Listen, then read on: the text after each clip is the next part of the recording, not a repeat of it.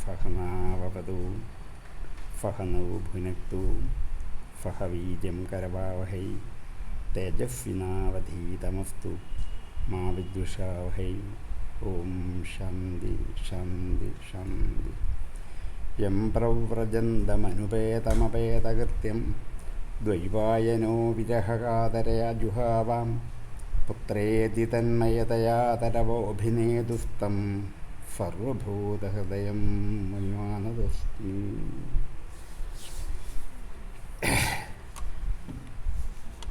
ശ്രീമദ് ഭാഗവത ഫത്രത്തിൻ്റെ രണ്ടാം ദിവസമായ ഇന്ന് കപിലോപദേശത്തെക്കുറിച്ച് ഒന്ന് ചിന്തിക്കാൻ കിട്ടിയ അവസരം ഒരു ഭാഗ്യമാണ് എന്ന് മാത്രമല്ല, അതൊരു പുണ്യം കൂടിയാണ്. ഇവിടെ വന്നു ചേർന്നിരിക്കുന്ന എല്ലാ പുണ്യാത്മാക്കൾക്കും എൻ്റെ വിനീതമായ പ്രണാമം ആദ്യം തന്നെ അർപ്പിക്കട്ടെ. മനുഷ്യജീവിതം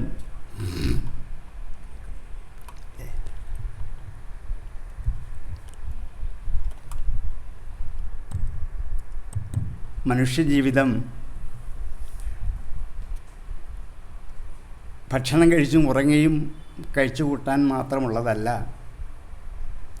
അതിന് ലക്ഷ്യമുണ്ട് എന്ന് നമ്മെ കാണിച്ചു തന്നത് ശ്രീമദ് ഭാഗവത പുരാണമാണ്. അതിൽ കൂടി മാത്രമാണ് ജീവിതത്തിന് ഒരു വഴിയുണ്ടാക്കി ലക്ഷ്യത്തിലേക്ക് എത്തിച്ചേരണമെന്ന് നമ്മൾക്ക് ബോധ്യമാക്കാൻ സാധിച്ചത്. അതായത് ബാംഗ്ലൂരിൽ വെച്ച് നടക്കുന്ന ഈ മഹനീയമായ ഫത്രത്തിൽ പങ്കെടുക്കാൻ കഴിഞ്ഞതിലുള്ള ഭാഗ്യം മാത്രമല്ല, ബാംഗ്ലൂരിൽ ആദ്യം ഞാൻ എത്താൻ തന്നെ കാരണം സനാതനസുധ എന്നൊരു പുസ്തകത്തിൻ്റെ ഒരു സെമിനാറിലാണ്. ഒരു വർഷമായില്ലെന്ന് തോന്നുന്നു, ആകുന്നേ ഉള്ളൂ. അന്നാണ് ആദ്യമായിട്ട് ബാംഗ്ലൂരിലേക്ക് വരുന്നത്. അതല്ല, അതിനു മുമ്പ് എനിക്കത് പരിചയമില്ല. അതിന് കാരണക്കാരൻ എൻ്റെ കുടുംബത്തിലെ കാരണവരായ മധുച്ചേട്ടനാണ്. മധുസൂദൻ നമ്പൂതിരി എന്ന് വിളിക്കുന്ന മധുച്ചേട്ടനാണ്. ഞങ്ങളെയൊക്കെ കാരണവരായിട്ട് അദ്ദേഹത്തിൻ്റെ കുടുംബത്തിലെ ഒരു അംഗമാണ് ഞാനും. അതുകൊണ്ട് എന്നെ അതിനെ ക്ഷണിച്ച് വരുത്തിയപ്പോൾ എനിക്ക് വളരെയധികം സന്തോഷം തോന്നിയത് മാത്രമല്ല, അദ്ദേഹത്തിൻ്റെ ചെറുപ്പകാലം മുതലുള്ള ജീവിതത്തിൽ അടിഞ്ഞുകൂടിയിരുന്ന ആധ്യാത്മികതയുടെയും സംസ്കാര പാരമ്പര്യത്തെയും ഒന്ന് വെളിച്ചത്ത് കൊണ്ടുവന്ന് പ്രകടമാക്കാൻ കിട്ടിയ അതിമനോഹരമായൊരു വേദിയാണ് ഈ ബാംഗ്ലൂരെ ഈ സജ്ജനങ്ങളുടെ സഭ. ഇന്നലെ പറഞ്ഞ പോലെ സത്സംഗത്തിൻ്റെ സഭ. സജ്ജനങ്ങൾ കൂടിച്ചേർന്ന് ഈ സഭ അതിനുവേണ്ടി വന്നതാണ്. അതിലേക്ക് കഴിഞ്ഞ പ്രാവശ്യം വന്നപ്പോൾ അത്യധികമായ ആഹ്ലാദവും ആനന്ദവും അഭിമാനവും ഉണ്ടായി. കാരണം ഇത്രയും അധികം ഭാരതീയ സംസ്കാരത്തെക്കുറിച്ചറിയാൻ സന്നദ്ധരായ ഒരു ജനവിഭാഗം തിരക്കു പിടിച്ച ജോലിയിൽ ജീവിക്കുന്ന ബാംഗ്ലൂർ നഗരത്തിൻ്റെ മധ്യത്തിലുണ്ട്. അവരതിന് തയ്യാറാണ്, അവർക്കതിനെ കഴിയും എന്നൊക്കെ അറിഞ്ഞപ്പോൾ വലിയ അഭിമാനമുണ്ടായി. കാരണം ഭാരതം എപ്പോഴും ഏതു വലിയ ഭൗതിക ജീവിത സാഹചര്യത്തിലും ആത്മീയതയെ വിസ്മരിക്കില്ല. അത് കൊണ്ട് നടക്കേണ്ടതാണ് ജീവിതത്തിൽ എന്ന് എപ്പോഴെങ്കിലുമൊക്കെ ഒരു തിരിച്ചറിവുണ്ടായി വരുന്ന സന്ദർഭങ്ങൾ ഇതുപോലെ സംഘടിപ്പിക്കുകയാണ്. ഞാനിപ്പോൾ 2 ദിവസം ഇവിടെ ഉണ്ട്. ഇതൊന്ന് സംഘടിപ്പിക്കാൻ അനുഭവിക്കുന്ന മനോവേദനകൾ ചെറുതല്ല. നമുക്കറിയാം, ആർക്കും അറിയാതെ. ഞാൻ കോട്ടയത്ത് എത്രയോ നാളുകളായിട്ട് 10-15 വർഷമായിട്ട് അവിടെ നാരായണീയ ഫത്രവും ഭാഗവത ഫത്രവും ഒക്കെ ഇങ്ങനെ സംഘടിപ്പിച്ച് അതിൻ്റെ സംഘാടകത്വത്തിലുള്ള മനോവേദനകളൊക്കെ അനുഭവിച്ചു. ശാന്തമായി ഒഴുകുന്നൊരു നദിയായി. നദി ആ വലിയ മലയിൽ നിന്ന് പുറപ്പെടുമ്പോൾ മാത്രമേ ഉള്ളൂ അതിന് ചില കോലാഹലവും ബഹളവും പ്രശ്നമൊക്കെ. ഒഴുകി തുടങ്ങിയാൽ പിന്നെ ശാന്തമായി ഒഴുകിപ്പോക്കോളും, പിന്നെ ഒരു കുഴപ്പമില്ല. ഇതേപോലെ ഈ ഫത്രവും 2 ദിവസം കൊണ്ട് ശാന്തമായി ഒഴുകിപ്പോക്കുന്ന ഒരു അന്തരീക്ഷം. ഇതൊക്കെ ഭഗവാന്റെ കയ്യിലാണ്, നമ്മുടെ കയ്യിലല്ല. നമ്മളൊക്കെ അതിന് ഉപകരണങ്ങൾ മാത്രമേ ഉള്ളൂ, നമ്മളെ കൊണ്ട് നടത്തിക്കൽ മാത്രമാണ്. എന്തായാലും അതിനുള്ളൊരു സാഹചര്യം ഇവിടെ ഉണ്ടായി. അതിൽ എനിക്ക് പങ്കെടുക്കാൻ കഴിഞ്ഞു എന്നുള്ളതിൽ ഏറ്റവും അധികം സന്തോഷമുണ്ട്. കാരണം ജീവിതത്തിൽ എന്തെങ്കിലും അവശേഷിക്കുന്നതിൽ നമുക്ക് കൊണ്ടുപോകണമെങ്കിൽ പുണ്യം മാത്രമേ കയ്യിലുള്ളൂ. ബാക്കിയൊന്നും കൊണ്ടുപോകാൻ പറ്റില്ല. ബാക്കിയെല്ലാം ഇവിടെ കളഞ്ഞിട്ടേ പോകാൻ പറ്റുള്ളൂ. അപ്പോൾ ഏതെങ്കിലും ഒരു സന്ദർഭത്തിൽ ഇങ്ങനൊരു പുണ്യസമ്പാദനത്തിന് ഒരു സത്സംഗം എവിടെയെങ്കിലും ഉണ്ടെങ്കിൽ ഓടിച്ചെന്ന് അതിൽ നിന്ന് എന്ത് ചെയ്യണം, പങ്കെടുത്ത് അതിൻ്റെ പുണ്യം നമ്മളെ ജീവനിൽ ചേർത്ത് വയ്ക്കണം. നമ്മുടെ വാസനയിൽ അത് ചേർത്ത് വയ്ക്കണം, നഷ്ടപ്പെടില്ല. അതുമാത്രം അതുമാത്രമേ ജീവൻ പോകുമ്പോൾ ഈ വാസനയും കൊണ്ടേ പോവുള്ളൂ. ഈ വാസന ഫദ്വാസനകളാവണം. സത്കർമ്മങ്ങൾ ചെയ്ത് സജ്ജനസഭയിൽ പങ്കെടുത്ത് സത്സംഗം കൊണ്ട് കിട്ടുന്ന വാസനയായിരിക്കണം. അതുമാത്രമേ കൊണ്ടുപോകാൻ പറ്റൂ. ബാക്കിയൊക്കെ ഇവിടെ കളയും. ശരീരം, കളത്രം, ഫുദാൻ, ബന്ധുവർഗം, വൈശ്യൻ, ധനം, ഫത്മ, ഭൃത്യൻ, ഭുവം ച സമസ്തം പരിത്യജഹാകഷ്ടം ഏകോഗമിഷ്യാമി. ഇതെല്ലാം ഇവിടെ കളഞ്ഞിട്ടേ പോകാൻ പറ്റില്ല. ഒന്നും കൊണ്ടുപോകാൻ പറ്റില്ല. എത്ര കഷ്ടപ്പെട്ട് കോടിക്കണക്കിന് കാശുണ്ടാക്കി വെച്ചിരിക്കുന്ന എത്രയോ വസ്തുക്കളുണ്ട് ഇവിടെ. ഞാൻ കഷ്ടപ്പെട്ട് ലോണെടുത്ത് വീടുണ്ടാക്കി വിഷമിച്ചുണ്ടാക്കി വെച്ചാണ് ഇതെല്ലാം. ശരിയാണ്. പക്ഷേ ഇതെല്ലാം എന്ത് ചെയ്യണം? ഇവിടെ ഉപേക്ഷിച്ചേ പോകാൻ പറ്റുള്ളൂ. അപ്പോൾ അതിനെ കൊണ്ടുപോകുമ്പോൾ ഈ പുണ്യം മാത്രമേ കയ്യിലുണ്ടാവുള്ളൂ. അതുകൊണ്ട് വേണം പോകാൻ. അതുകൊണ്ട് പോയാലേ അക്കരെ കടക്കാൻ പറ്റുള്ളൂ. ഒരിക്കൽ ഏവനും ഇവിടം വിട്ടാൽ കടത്തിറങ്ങണം, കടത്തുകൂലിക്ക് ഇന്നേ വല്ലതും ഒരുക്കി വയ്ക്കണം, കടം പറഞ്ഞാൽ കേൾക്കൂലവിടെ കണക്കു പുസ്തകമില്ല. അപ്പം അവിടെ ചെന്ന് കടം പറയാൻ പറ്റാത്തതുകൊണ്ട് കയ്യിലെന്തെങ്കിലും കരുതിക്കൊണ്ട് വേണം പോകാൻ. ആ കരുതലാണ് ഇങ്ങനെയുള്ള സത്സംഗം കൊണ്ട് ഉദ്ദേശിക്കുന്നത്. അവിടെ നിന്ന് നിങ്ങൾ അറിയാതെ നിങ്ങളുടെ ജീവനിലേക്ക് പകർന്നു കിട്ടുന്നതാണ്. ഇവിടെ വന്നിരുന്ന് കുറച്ച് സമയം ഉറങ്ങിയാലും കുഴപ്പമില്ല. കാരണം എന്താണ്? നിങ്ങൾ ഇത് കേട്ടോണ്ടാണ് ഉറങ്ങുക. ഈ ഭാഗവതം കേട്ടുകൊണ്ട് ഉറങ്ങാൻ പറ്റിയ എന്തൊരു ഭാഗ്യമാണ്. വീട്ടിലിരുന്നാൽ പറ്റുമോ? ഇല്ല. ഇവിടെ വന്നിരുന്ന് 10 മിനിറ്റ് ഭാഗവതം കേട്ടു ഉറങ്ങിപ്പോയി ഒരു കുഴപ്പമില്ല. ഭാഗവതം കേട്ടുകൊണ്ട് ഉണരാം, ഭാഗവതം കേട്ടുകൊണ്ട് ഉറങ്ങുകയും ചെയ്യാം. അത് ഈ സത്സഭയിലേ കിട്ടുള്ളൂ. അതുകൊണ്ട് അതൊക്കെ ആശങ്കിച്ചാരും വരാതിരിക്കണ്ട. ഇവിടെ വന്നിരുന്ന് 10 മിനിറ്റ് വാങ്ങിക്കോളൂ, ഒരു കുഴപ്പമില്ല. കാരണം അപ്പോഴൊക്കെയും നിങ്ങളറിയാതെ നിങ്ങളുടെ ഈ പ്രാണനിൽ സമ്പാദിച്ചു വെക്കുന്ന ഈ ഒരു പുണ്യത്തിൻ്റെ സുഹൃതമുണ്ട്. അത് നഷ്ടപ്പെട്ടു പോവില്ല. അത് നിങ്ങൾക്ക് പോകുമ്പോഴേ ഉപകരിക്കാൻ പറ്റൂ. ഇവിടെ നിന്നും ചിലപ്പോൾ അത് ഉപയോഗിക്കാൻ പറ്റിയെന്ന് വരില്ല. പക്ഷേ അന്തിമ യാത്രയിൽ അത് മാത്രമേ കൂടി ഉണ്ടാവുകയുള്ളൂ. ഇതാണ് ഇങ്ങനെയുള്ള സത്സംഗത്തിൻ്റെ പ്രധാനപ്പെട്ട ലക്ഷ്യം. അതിലേക്ക് പങ്കെടുത്ത് ജീവിതം ധന്യമാക്കി മാറ്റുക എന്നുള്ളതാണ് മനുഷ്യജീവിതത്തിൻ്റെ ഏറ്റവും വലിയ ലക്ഷ്യം. അങ്ങനെയുള്ള ഒരു മഹത്തായ സത്സംഗം. ഇതിൽ പങ്കെടുക്കണമെങ്കിൽ സുഹൃതം അല്ലെങ്കിൽ പുണ്യം കയ്യിൽ വേണം. അതില്ലാത്തവർക്ക് വരാൻ പറ്റില്ല. മഴയാണ്, വെയിലാണ്, വണ്ടിയില്ല, എനിക്കിന്ന് പോകാൻ പറ്റുന്നില്ല, ഇന്ന് ക്ഷീണമാണ്. ഇതൊക്കെ ഇങ്ങനെ പറഞ്ഞ് ഇത് മാറ്റി വയ്ക്കുന്നതിൻ്റെ ഉദ്ദേശം ഉള്ളിൽ എന്തില്ല? സുഹൃതമില്ല. ഈ ജന്മത്തിലോ ജന്മാന്തരത്തിലോ സമ്പാദിച്ച സ്വല്പ പുണ്യം കയ്യിലുണ്ടെങ്കിൽ മാത്രമേ ഇവിടെ കടന്നു വന്നിരുന്ന് കേൾക്കാനുള്ള യോഗ്യതയുണ്ടാവും. അപ്പോൾ ഇത്രയും പുണ്യാത്മാക്കൾ ഇവിടെ ഉണ്ട് എന്നുള്ളത് ഭാരതീയ സംസ്കാരത്തിൻ്റെ ഏറ്റവും വലിയ അഭിവൃദ്ധിയെ കാണിക്കുന്നതാണ്. അത് നഷ്ടപ്പെടില്ല. നമ്മളൊക്കെ പുണ്യാത്മാക്കളാണ്. അതുകൊണ്ടാണ് നമുക്കിവിടെ വന്നിരിക്കാൻ പറ്റിയത്. നമുക്കാർക്കും വേറെ തിരക്കും ജോലിയൊന്നും ഇല്ലെന്നിട്ടല്ല. പക്ഷെങ്കിൽ നമ്മൾ നിയോഗിക്കപ്പെടുന്നു. ആരാൽ? ഈശ്വരനാൽ. നമ്മുടെ ഉള്ളിലുള്ള ഈ പുണ്യത്തിൻ്റെ പ്രേരണ കൊണ്ട്. അങ്ങനെ വന്നു ചേർന്ന ഈ പുണ്യാത്മാക്കൾക്ക് ഈ പുണ്യം ജീവിതത്തിൽ സമ്പാദിക്കാൻ ഇടവരട്ടെ എന്ന് പ്രാർത്ഥിച്ചുകൊണ്ട് എനിക്ക് തന്ന വിഷയം, അല്ലെങ്കിൽ എനിക്ക് സമയം കിട്ടാതെ പോകുന്ന വിഷയത്തെക്കുറിച്ച് ഞാൻ ഒന്ന് സൂചിപ്പിച്ചു പോകാം. ഭാഗവതത്തിലെ ഏറ്റവും പ്രധാനപ്പെട്ട ഒരു ഭാഗമാണ് വാസ്തവത്തിൽ കാവ്യം, അല്ലെങ്കിൽ കപിലോപാഖ്യാനവും കപിലോപദേശവും. ഇത് രണ്ടും. എൻ്റെ പൂർവ്വഭാഗം അതിൻ്റെ ഉപാഖ്യാനമാണ്. ഉത്തരഭാഗത്തിൽ ഉപദേശങ്ങൾ വരും. ഏതാണ്ട് 5-8-10 അധ്യായത്തിൽ നീണ്ടു നിൽക്കുന്ന വലിയ വിഷയമാണ്. അതൊന്നും വിസ്തരിച്ച് പറയാൻ നമുക്കാവില്ല. എങ്കിലും ചുരുക്കി പറഞ്ഞാൽ മതിയാവുമല്ലോ. ആദ്യം അതറിയേണ്ടത് ചുരുക്കി അറിയുക, എന്നിട്ട് വിസ്തരിച്ചറിയുക. അതാണ് വേണ്ടത്. അങ്ങനെ ചുരുക്കി പറഞ്ഞു പോകുമ്പോൾ നമുക്ക് ആ വിഷയത്തിലേക്ക് ഒന്ന് പ്രവേശിക്കാൻ പറ്റും. ഭാഗവതത്തിലെ 2 സ്കന്ധം കഴിഞ്ഞാൽ പിന്നെ വിഷയങ്ങൾ ആരംഭിക്കാം. ഓരോ വിഷയത്തിൻ്റെ അടുക്കിലാണ് ഭാഗവതം മുമ്പോട്ട് പോയിക്കൊണ്ടേയിരിക്കുന്നത്. അങ്ങനെ 3-4 സ്കന്ധം മുതൽ ഭാഗവതത്തിലെ വിഷയങ്ങളിലേക്ക് വന്ന 11 സ്കന്ധം വരെ അവളുടെ സൃഷ്ടി, അതുപോലെ അവളുടെ പ്രതിസൃഷ്ടികൾ, ഇങ്ങനെ അടുക്കനുസരിച്ച് പോകും.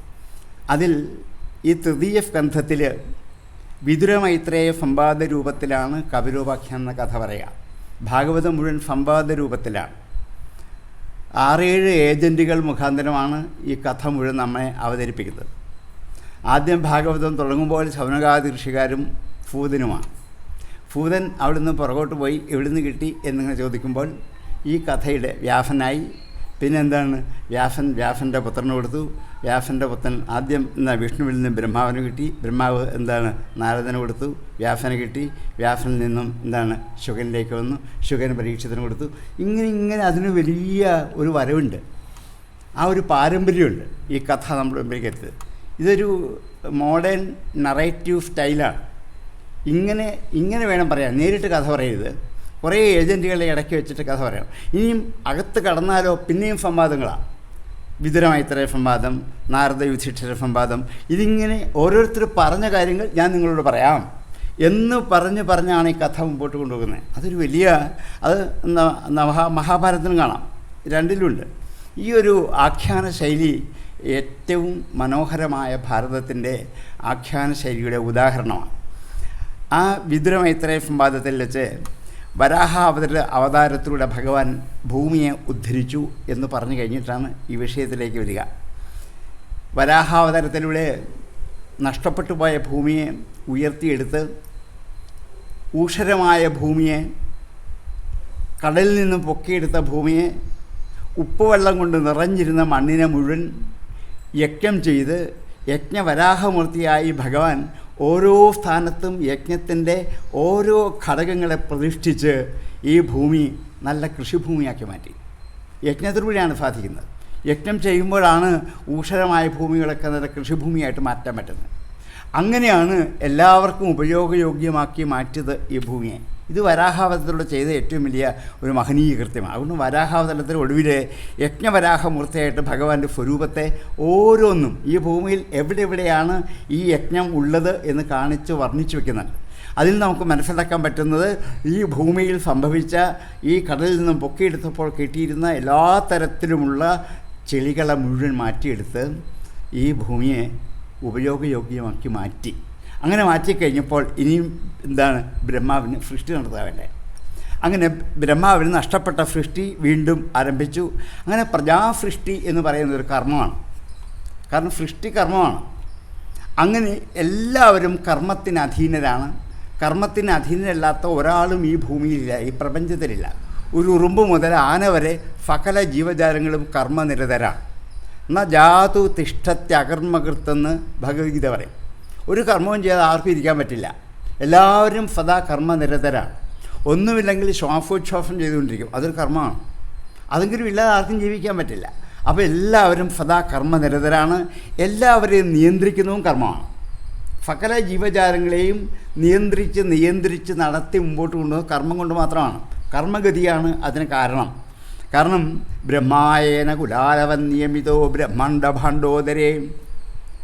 ബ്രഹ്മാവ് കർമ്മത്തെ അധീനനാണ്. കുലാലനെ പോലെ, കുളമുണ്ടാക്കുന്ന ഒരു കുലാലനെ പോലെ ബ്രഹ്മാവ് എന്നും സൃഷ്ടിച്ചുകൊണ്ടിരിക്കുക. കൽപ്പാന്ത പ്രളയത്തിൽ അവസാനത്തെ നിമിഷം വരെ എന്ത് ചെയ്യണം? സൃഷ്ടിക്കണം. ഇതിൽ നിന്ന് ഒരു അവധി ആർക്കില്ല?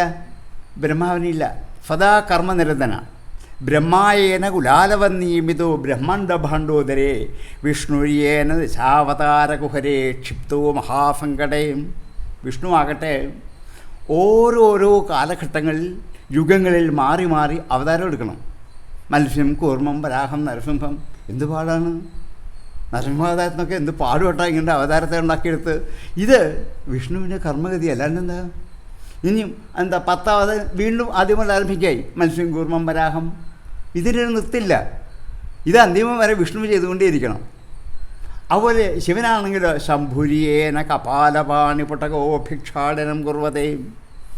പരമശിവനാകട്ടെ അന്തിമ നിമിഷം വരെ ഒരു കപാലം കയ്യിലെടുത്തുകൊണ്ട് ഭിക്ഷാടനം ചെയ്തുകൊണ്ട് ഇങ്ങനെ എന്താണ് പ്രപഞ്ചം മുഴുവൻ സഞ്ചരിക്കുക. കർമ്മം. ബ്രഹ്മാവിൻ്റെ കർമ്മം, വിഷ്ണുവിൻ്റെ കർമ്മം, ശിവൻ്റെ കർമ്മം. സൂര്യോ ഭ്രാമ്യതി നിത്യമേവ ഗഗനേ. സൂര്യൻ എന്നും ആകാശത്ത് കറങ്ങിക്കൊണ്ടിരിക്കുക. ആ സൂര്യൻ്റെ കർമ്മം. എല്ലാവരും കർമ്മത്തിന് അധീനരാണ്, അല്ലാത്തവരാരുമില്ല. അതുകൊണ്ട് തസ്മൈ നമകർമ്മണേ. അതുകൊണ്ട് എല്ലാവരും കർമ്മത്തെ നമസ്കരിച്ചോളൂ. കാരണം കർമ്മമാണ് നമ്മളെയൊക്കെ നിയന്ത്രിക്കുന്നത്. അതുകൊണ്ട് കർമ്മഗതിയാണ് ഏറ്റവും അധികം ഗഹനമായത് എന്ന് സൂചിപ്പിച്ചിട്ട് കർമ്മത്തിന് 3 ഉപാധികളുണ്ട്. കർമ്മം അനുഷ്ഠിക്കുന്ന 3 ഉപാധികൾ കൂടിയാണ്. ഒന്ന് ദേശം, പിന്നൊന്ന് കാലം, പിന്നൊന്ന് കർത്താവ്. ഒരു കർമ്മം ചെയ്യണമെങ്കിൽ അതിന് കർത്താവ് വേണം, ദേശം വേണം, കാലം വേണം. ഈ 3 ഘടകങ്ങൾ ഒത്തുചേരുമ്പോഴേ കർമ്മം ആവുകയുള്ളൂ. ഇവിടെ ഭാഗവതത്തിൽ ഇത് 3ഉം വിസ്തരിച്ച് പറയാൻ പുറപ്പെടുകയാണ്. ദേശത്തിൻ്റെ അധിപതികളായ രാജാക്കന്മാർ, അവർ ദേശാധിപതികളാണ്. കാലത്തിൻ്റെ അധിപതികളായ മനുക്കൾ, മന്വന്തരങ്ങൾ, ഇനി അഷ്ടമസന്ധത്തിൽ പറയും. ഈ മന്വന്തരങ്ങൾ കാലാധിപതികളാണ്. പിന്നെ കർത്താവിൻ്റെ കർത്തൃധിപതികളായ പ്രജാപതിമാർ. ഇങ്ങനെ 3 പേരെ ഈ ഭാഗവതത്തിൽ ഈ സന്ദർഭത്തിൽ വിസ്തരിച്ച് പറയും. രാജാക്കന്മാരുണ്ട്, മനുക്കളുണ്ട്, പ്രജാപതിമാർ. അതിൽ ഇവരൊക്കെ സൃഷ്ടികർത്താക്കളാണ്. മനുക്കൾ സൃഷ്ടി നടത്തുന്നുണ്ട്, ബ്രഹ്മാവ് സൃഷ്ടി നടത്തുന്നുണ്ട്, രാജാക്കന്മാർ സൃഷ്ടിക്കുന്നുണ്ട്, പ്രജാപതിമാരാണ് സൃഷ്ടിയിലെ പ്രധാന നായകന്മാർ. അങ്ങനെ 3 പ്രജാപതിമാരാണ് നമുക്ക് രംഗത്തിലുള്ളത്: രുചി, ദക്ഷൻ, കർദമൻ. അതിലെ കർദമൻ്റെ കഥയാണ് ഇവിടെ പറയാൻ പുറപ്പെടുക. എന്തുകൊണ്ടാണ് ഇവിടെ കർദമൻ്റെ കഥ പറയാൻ പുറപ്പെട്ടത് എന്ന് സൂചിപ്പിക്കാനാണ് ഈ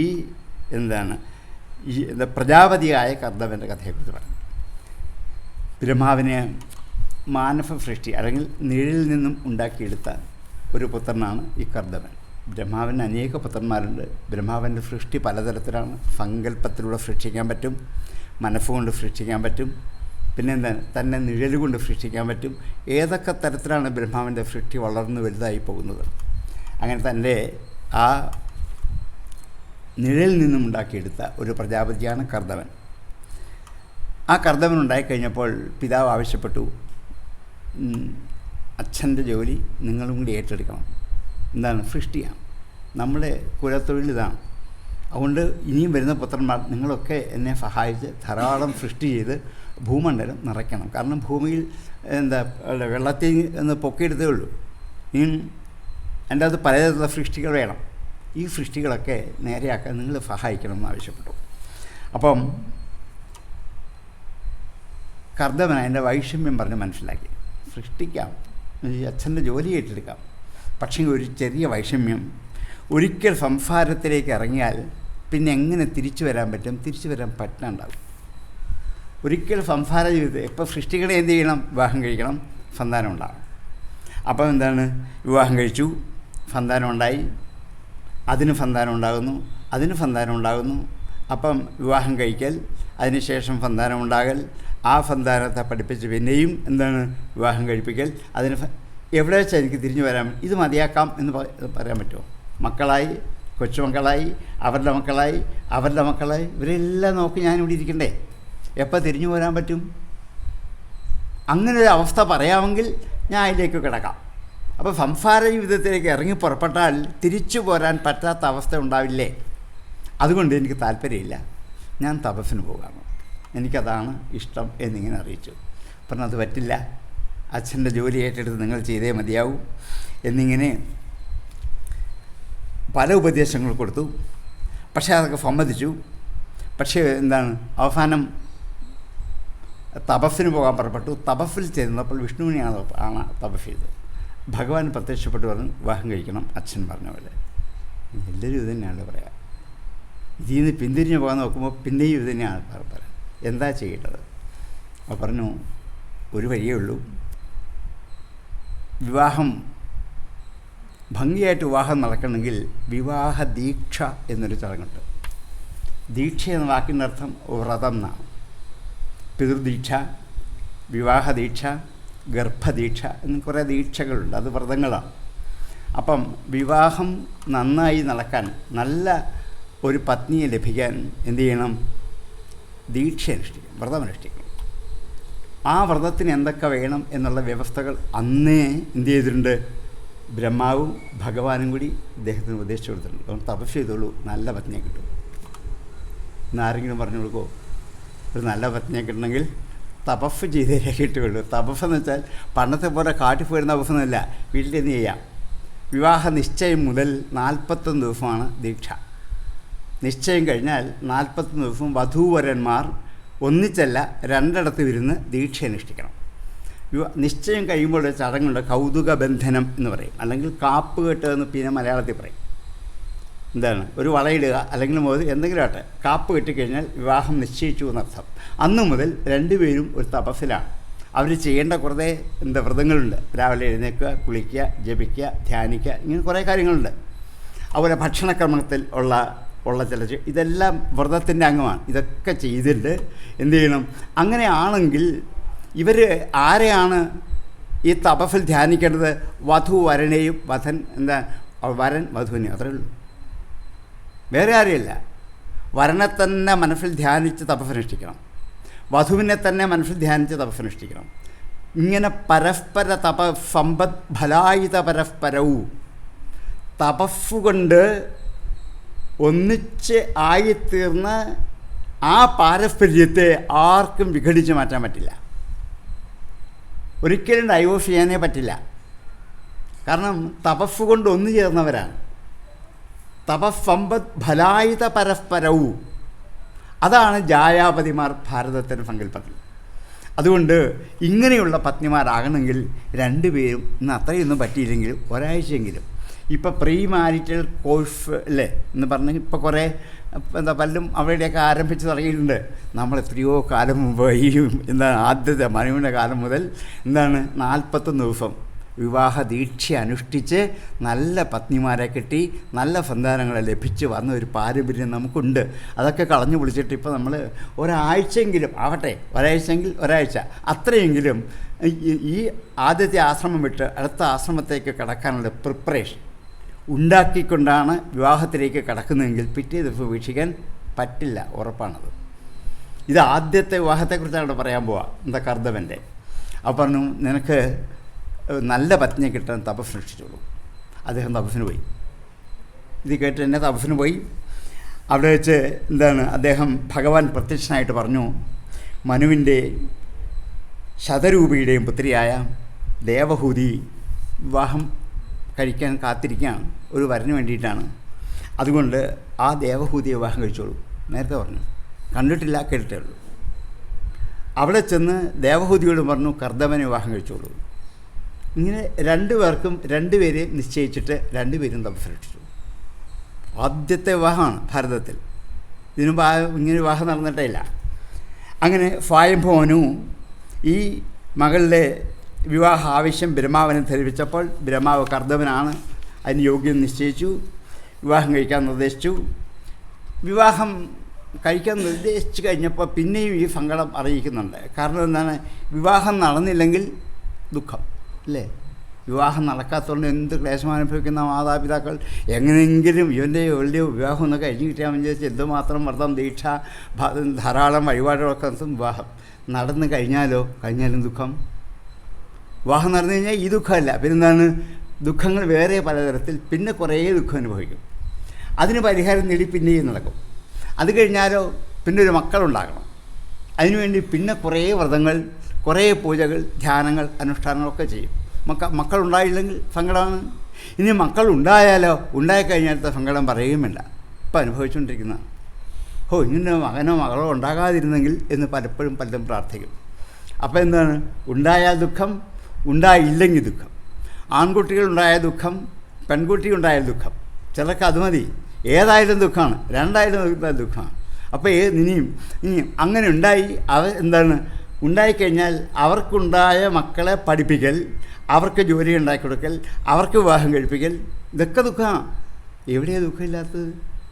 ഇത് പേടിച്ചല്ലേ തപസ്സിന് പോകുന്നത്. അതുകൊണ്ട് ഇതൊക്കെ മനുഷ്യജീവിതത്തിൻ്റെ ഭാഗമാണ്.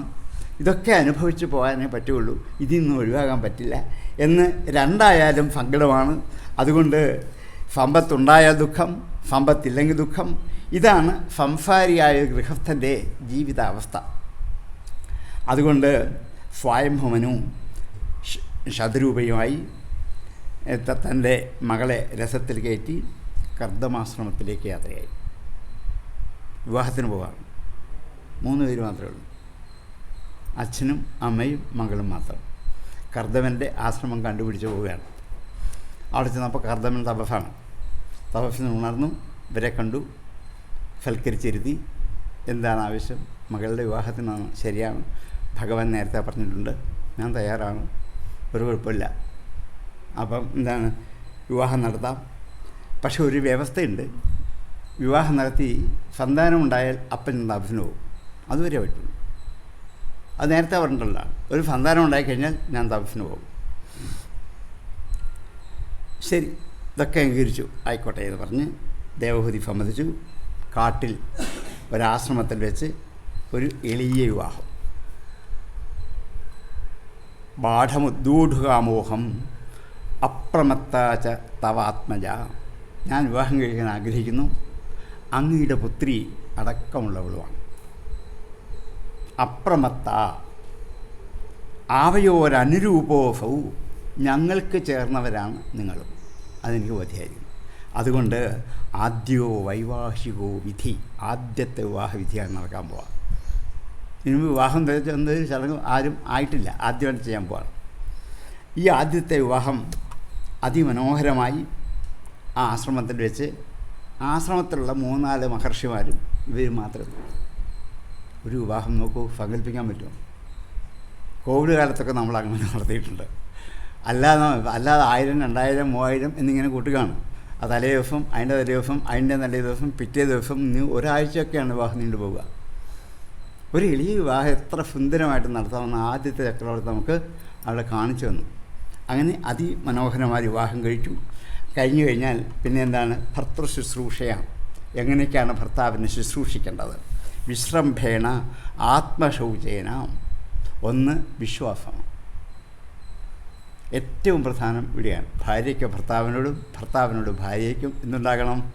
അചഞ്ചലമായ വിശ്വാസം ഉറപ്പിച്ചിരിക്കണം. അതിനാണ് ഈ തപസ് ചെയ്യാൻ പറഞ്ഞത്. ഈ തപസ് കൊണ്ട് പരസ്പരമുള്ള വിശ്വാസത്തെ എന്ത് ചെയ്യാൻ പറ്റും? ഉറപ്പിക്കാൻ പറ്റും. വിശ്വാസം ഇല്ലാത്തത് കൊണ്ട് ഒരു നിമിഷം കൊണ്ട് എന്ത് ചെയ്യാം? വേർപിരിയാം. ഒരു വിഷമവുമില്ല. ആ അവസ്ഥ ഉണ്ടാവാതിരുന്നത് ഈ ഒരൊറ്റ കാരണം കൊണ്ടാണ്. ആത്മശൗചീന, ഉള്ളിൽ ശുദ്ധമായിരിക്കണം. ഉള്ളിൽ കാപട്യമൊന്നും ഉണ്ടാവരുത്, കള്ളത്തരം ഉണ്ടാവരുത്, വഞ്ചന ഉണ്ടാവരുത്, ഒന്നും ഉണ്ടാവരുത്. ഗൗരവേണ ദമേനച, നല്ല അടക്കവും ഒതുക്കവും ഉണ്ടായിരിക്കണം. ഇങ്ങനെയൊക്കെ വേണം ഭർത്താവിനെ ശുശ്രൂഷിക്കാൻ.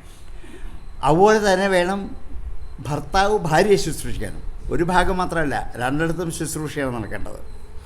അതുകൊണ്ട് ശുശ്രൂഷയ സൗഹൃദേന വാച, നല്ല സൗഹൃദമായ വാക്കേ പരസ്പരം പറയാവൂ. ഇത് സംഭവിക്കാൻ പറ്റുന്നതാണോ? നല്ല സന്തോഷം ഉണ്ടാക്കുന്ന വാക്കുകൾ തമ്മിൽ ആദ്യം പറയണം. ഇതേ പറയാവൂ, നേരെ തിരിച്ച് ആവരുത്.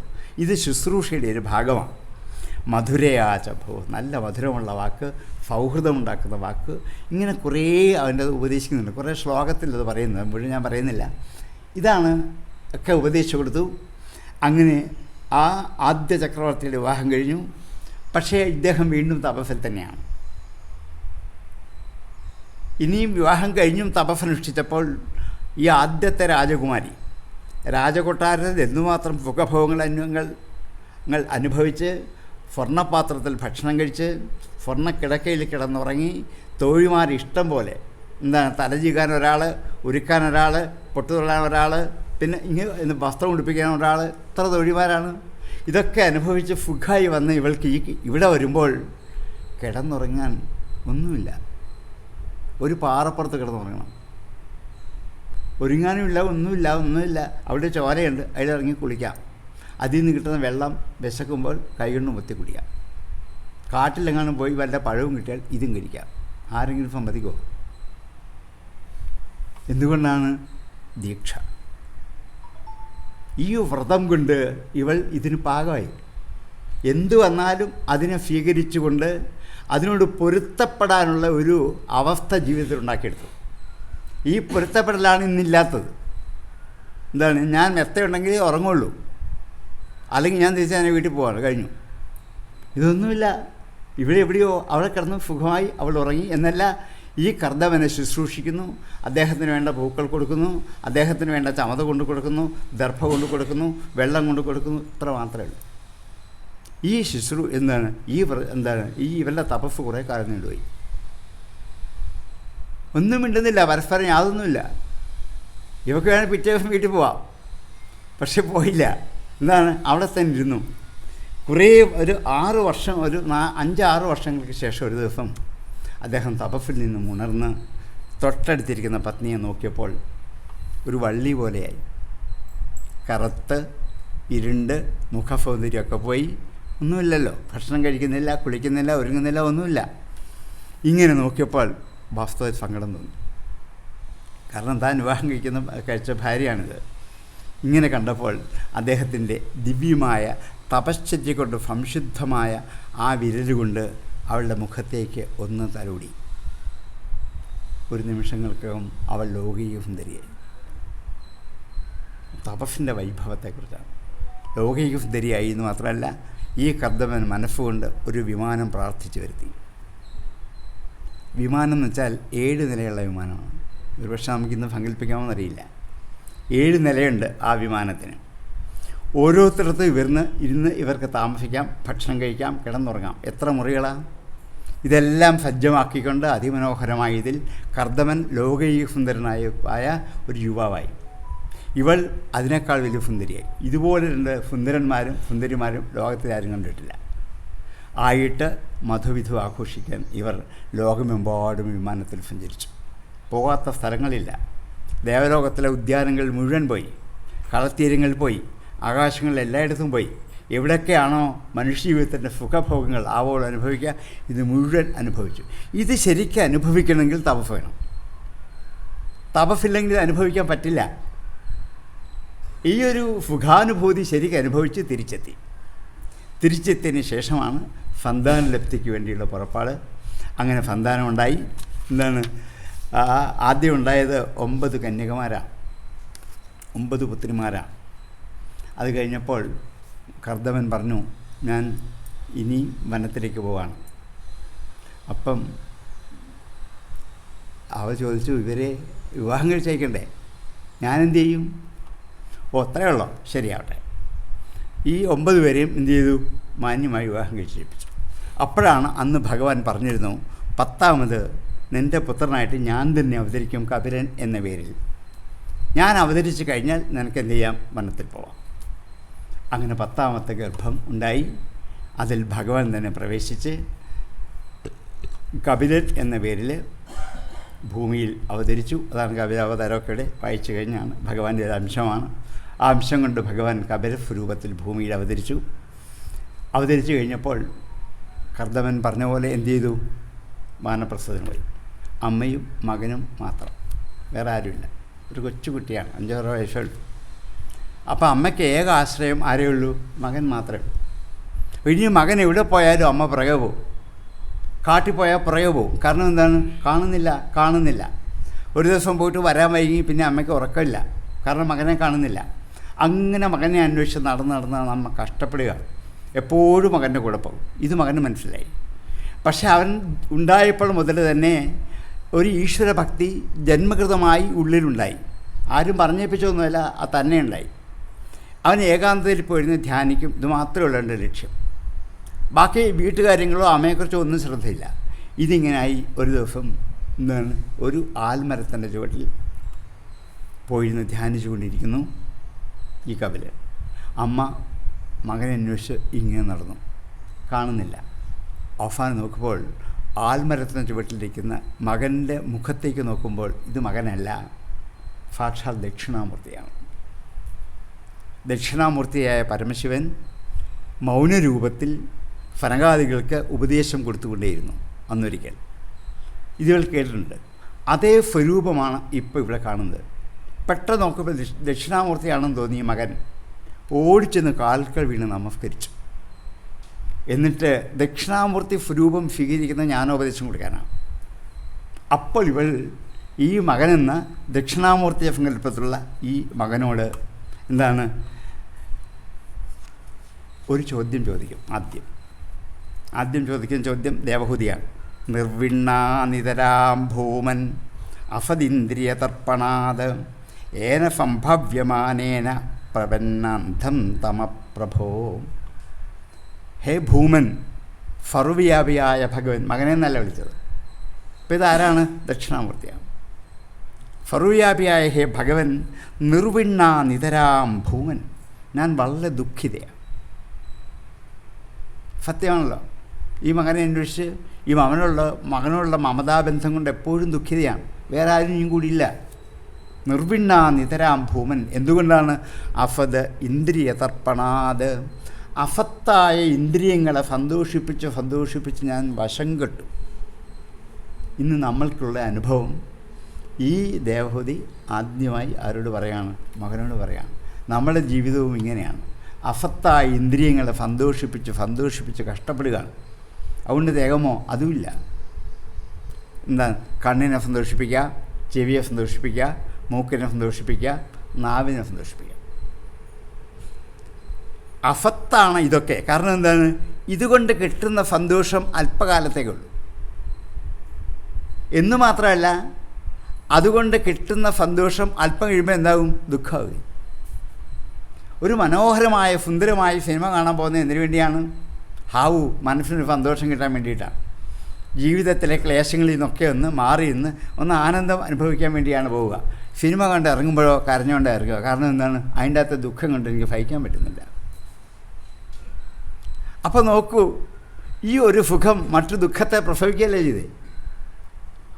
ഒരു സുഖം മറ്റു ദുഃഖം തരാനേ ഉപകരിക്കുള്ളൂ, അല്ലാതെ ഇവിടെ ഒന്നുമില്ല. അപ്പം അങ്ങനെ ഈ സുഖദുഃഖങ്ങൾ വീണ്ടും വീണ്ടും സുഖദുഃഖങ്ങളെ പ്രസവിച്ച് പോവുകയുള്ളൂ.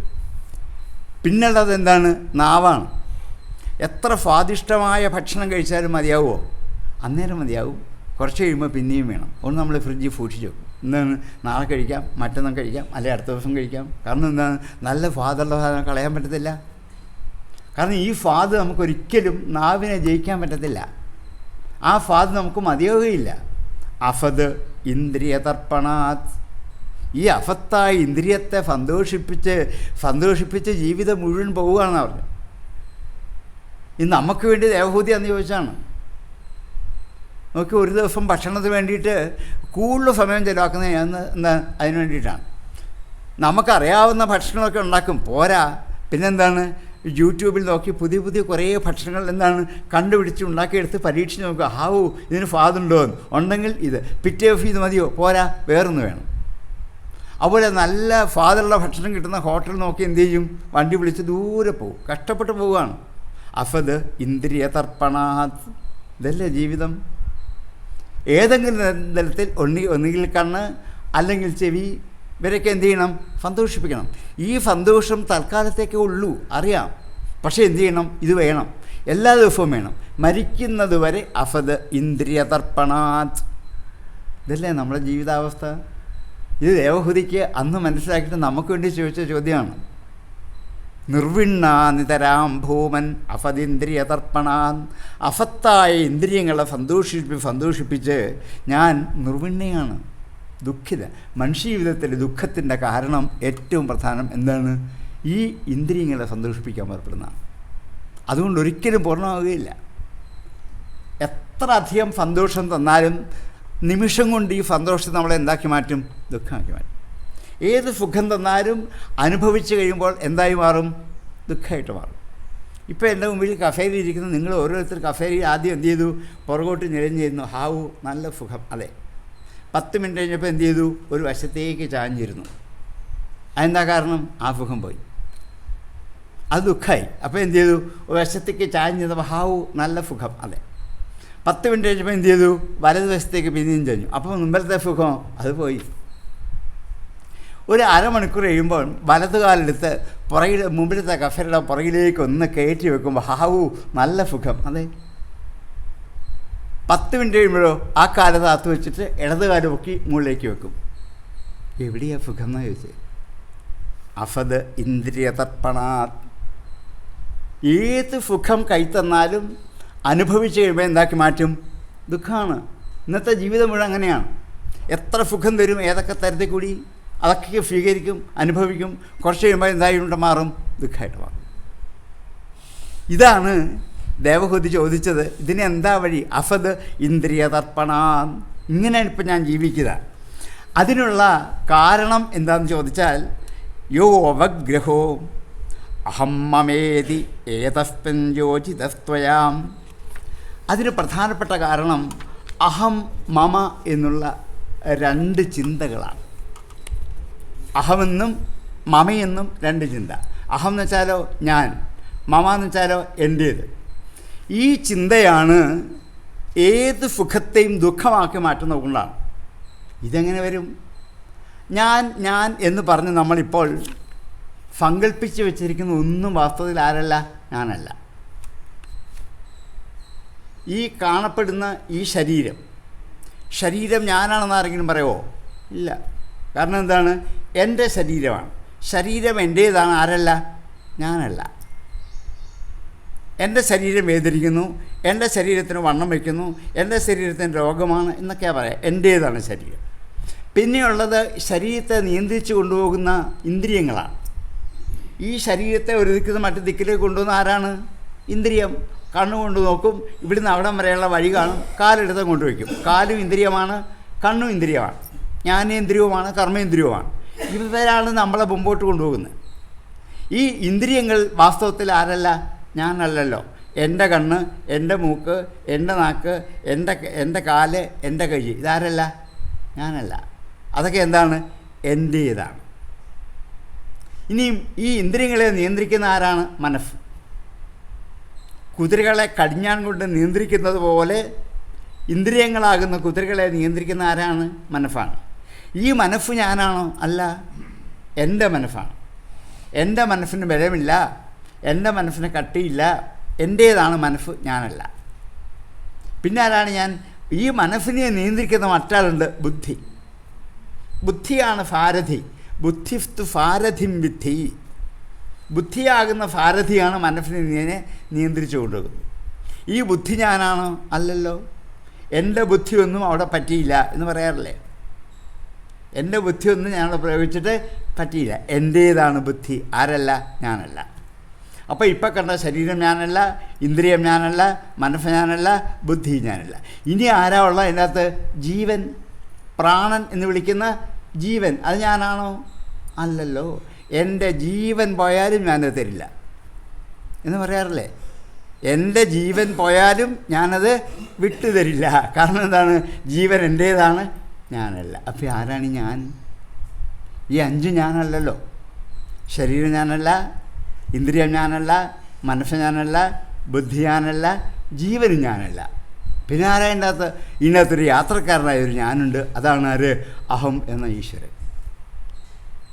ഒരു ഈശ്വര ചൈതന്യം നമ്മുടെ ഉള്ളിലുണ്ട്. അതുകൊണ്ടാണ് എന്താണ്? ഞാനെന്ന ഭാവം ഇത് തോന്നായിക വേണമിഹ, തോന്നുന്നതാകിൽ അഖിലം ഞാനിതെന്ന വഴി തോന്നണം എന്ന് എഴുത്തച്ഛൻ പാടിയത് അതുകൊണ്ടാണ്. ഈ എല്ലാ ജീവജാലങ്ങളിലും കാണപ്പെടുന്ന ഒരു ഞാനുണ്ട്. അത് ജീവാത്മാവല്ല, അതിനെ വേദാന്ത ഭാഷയിൽ പരമാത്മാവെന്ന് വിളിക്കും. അതാണ് ആര്? ഞാൻ. അഹം ബ്രഹ്മാസ്മി എന്ന് പറയുന്നത് അതുകൊണ്ടാണ്. ആ ഞാൻ എല്ലാവരുടെയും ഉള്ളിലുണ്ട്. എല്ലാവരും അതിനെ ഞാനെന്നേ വിളിക്കത്തുള്ളൂ. എല്ലാവരും അങ്ങനെ വിളിക്കത്തുള്ളൂ. നിങ്ങൾ ഓരോരുത്തരും എന്ത് വിളിക്കും? ഞാൻ എന്നല്ലേ പറയാ. അപ്പോൾ കോടിക്കണക്കിന് ആൾക്കാർ വ്യവഹരിക്കുന്ന ഒരു വാക്കാണ് ആര്? ഈ ഞാൻ. അതാര് തന്നെയാണ്? ഈ ബ്രഹ്മചൈതന്യം തന്നെയാണ്. എന്നിൽ പോലും ശിശുവായിരിക്കുമ്പോൾ ഞാൻ ശിശുവാണ് എന്ന് പറയുമ്പോൾ ശൈശവം എൻ്റേതാണ്, അത് ഞാനല്ല. ശൈശവത്തിൽ കണ്ട ഞാൻ തന്നെയാണ് ബാല്യത്തിൽ, ആ ഞാൻ തന്നെയാണ് യൗവനത്തിൽ, ആ ഞാൻ തന്നെയാണ് വാർദ്ധക്യത്തിൽ. ഈ മാറ്റം ഉണ്ടാകുമ്പോൾ ഞാൻ മാറുമോ? ഇല്ല. അന്തിമ നിമിഷം വരെയും ഞാൻ എന്ന് വിളിക്കുന്നത് ആരെ തന്നെയാണ്? ശരീരത്തെയല്ല, മനസ്സിനെയല്ല, ഇന്ദ്രിയത്തെയല്ല, ജീവനെയുമല്ല. പിന്നെ ആരെയാണ്? ആത്മാവെന്ന ഈശ്വരനെയാണ്. നമുക്ക് സ്പഷ്ടമായത്. അപ്പം ഈ അസത്തായ ഇന്ദ്രിയങ്ങളെ അല്ല സന്തോഷിപ്പിക്കേണ്ടത്. പിന്നെ ആരെയാണ്? ആത്മാവിനെയാണ് സന്തോഷിപ്പിക്കേണ്ടത്. ആത്മാവിനെ ഡെവലപ്പ് ചെയ്ത് അതിനെ എന്ത് ചെയ്യണം? ആനന്ദ അനുഭവമാക്കി മാറ്റണം. സുഖദുഃഖങ്ങളല്ല നമുക്ക് വേണ്ടത്. സുഖദുഃഖങ്ങൾ അന്തിമം വരെ വന്നു പോയിക്കൊണ്ടിരിക്കും. സുഖം വേണമെന്ന് ആഗ്രഹിച്ച ആർക്കെങ്കിലും എന്നും സുഖം കിട്ടുമോ? ഇല്ല. കുറച്ച് കഴിയുമ്പോൾ എന്ത് വരും? ദുഃഖം വരും. കുറച്ച് കഴിയുമ്പോൾ എന്ത് വരും? സുഖം വരും. ഇത് രണ്ടും മാറി മാറി വരും. ആനന്ദം അങ്ങനെയല്ല, അത് നശിക്കില്ല, അത് വന്നു പോവില്ല. നമുക്ക് വേണ്ടത് ആനന്ദ അനുഭവമാണ്. അസത്തായ ഇന്ദ്രിയങ്ങളെ സന്തോഷിപ്പിച്ച് കിട്ടിയ ഈ സുഖദുഃഖങ്ങളുടെ പുറകെയാണ് മനുഷ്യൻ ഇന്ന് പാഞ്ഞ് നടക്കുന്നത്. അതിന് കാരണം അഹം ഞാൻ എന്നുള്ള ബോധം ശരിക്കും ഉറക്കാത്തതുകൊണ്ടാണ്. അഹം ഞാൻ ഈശ്വരനാണ് എന്നുറച്ചാൽ, അഹം ബ്രഹ്മാസ്മി എന്നുറച്ചാൽ പിന്നെ മമ എൻ്റെ എന്ന് പറയുന്നത് എന്തേ ഉള്ളൂ? ഇതൊന്നും എൻ്റെ അല്ല. ആരുടെയാണ്? ഈശ്വരൻ്റെ അല്ലേ. ഞാൻ ആരാണ്? ഈശ്വരനാണെങ്കിൽ എൻ്റേതെന്താണ്? ഈശ്വരൻ്റെയാണ്. അപ്പോൾ ഈ കാണുന്ന ഈ പ്രകൃതിയിലെ വിഭവം മുഴുവൻ ആരുടെയാണ്? ഈശ്വരൻ്റേതാണ്, എൻ്റെ അല്ല. എൻ്റെ ആണെന്ന് സങ്കല്പിച്ച് ഉറപ്പിച്ച് വെച്ചിട്ട് ദുഃഖിക്കാം. എൻ്റേതല്ലാത്തത് എൻ്റേതാക്കി വെക്കുമ്പോൾ ഉണ്ടാകുന്നതിൻ്റെ പേരാണ് ദുഃഖം. എൻ്റേതല്ലാത്തത് എൻ്റേതാക്കുമ്പോൾ ഉണ്ടാകുന്ന അനുഭവത്തിൻ്റെ പേരാണ് ദുഃഖം എന്ന്. ഇത് എൻ്റേതാണെന്ന് സങ്കല്പിക്കുന്തോറും ദുഃഖം കൂടും.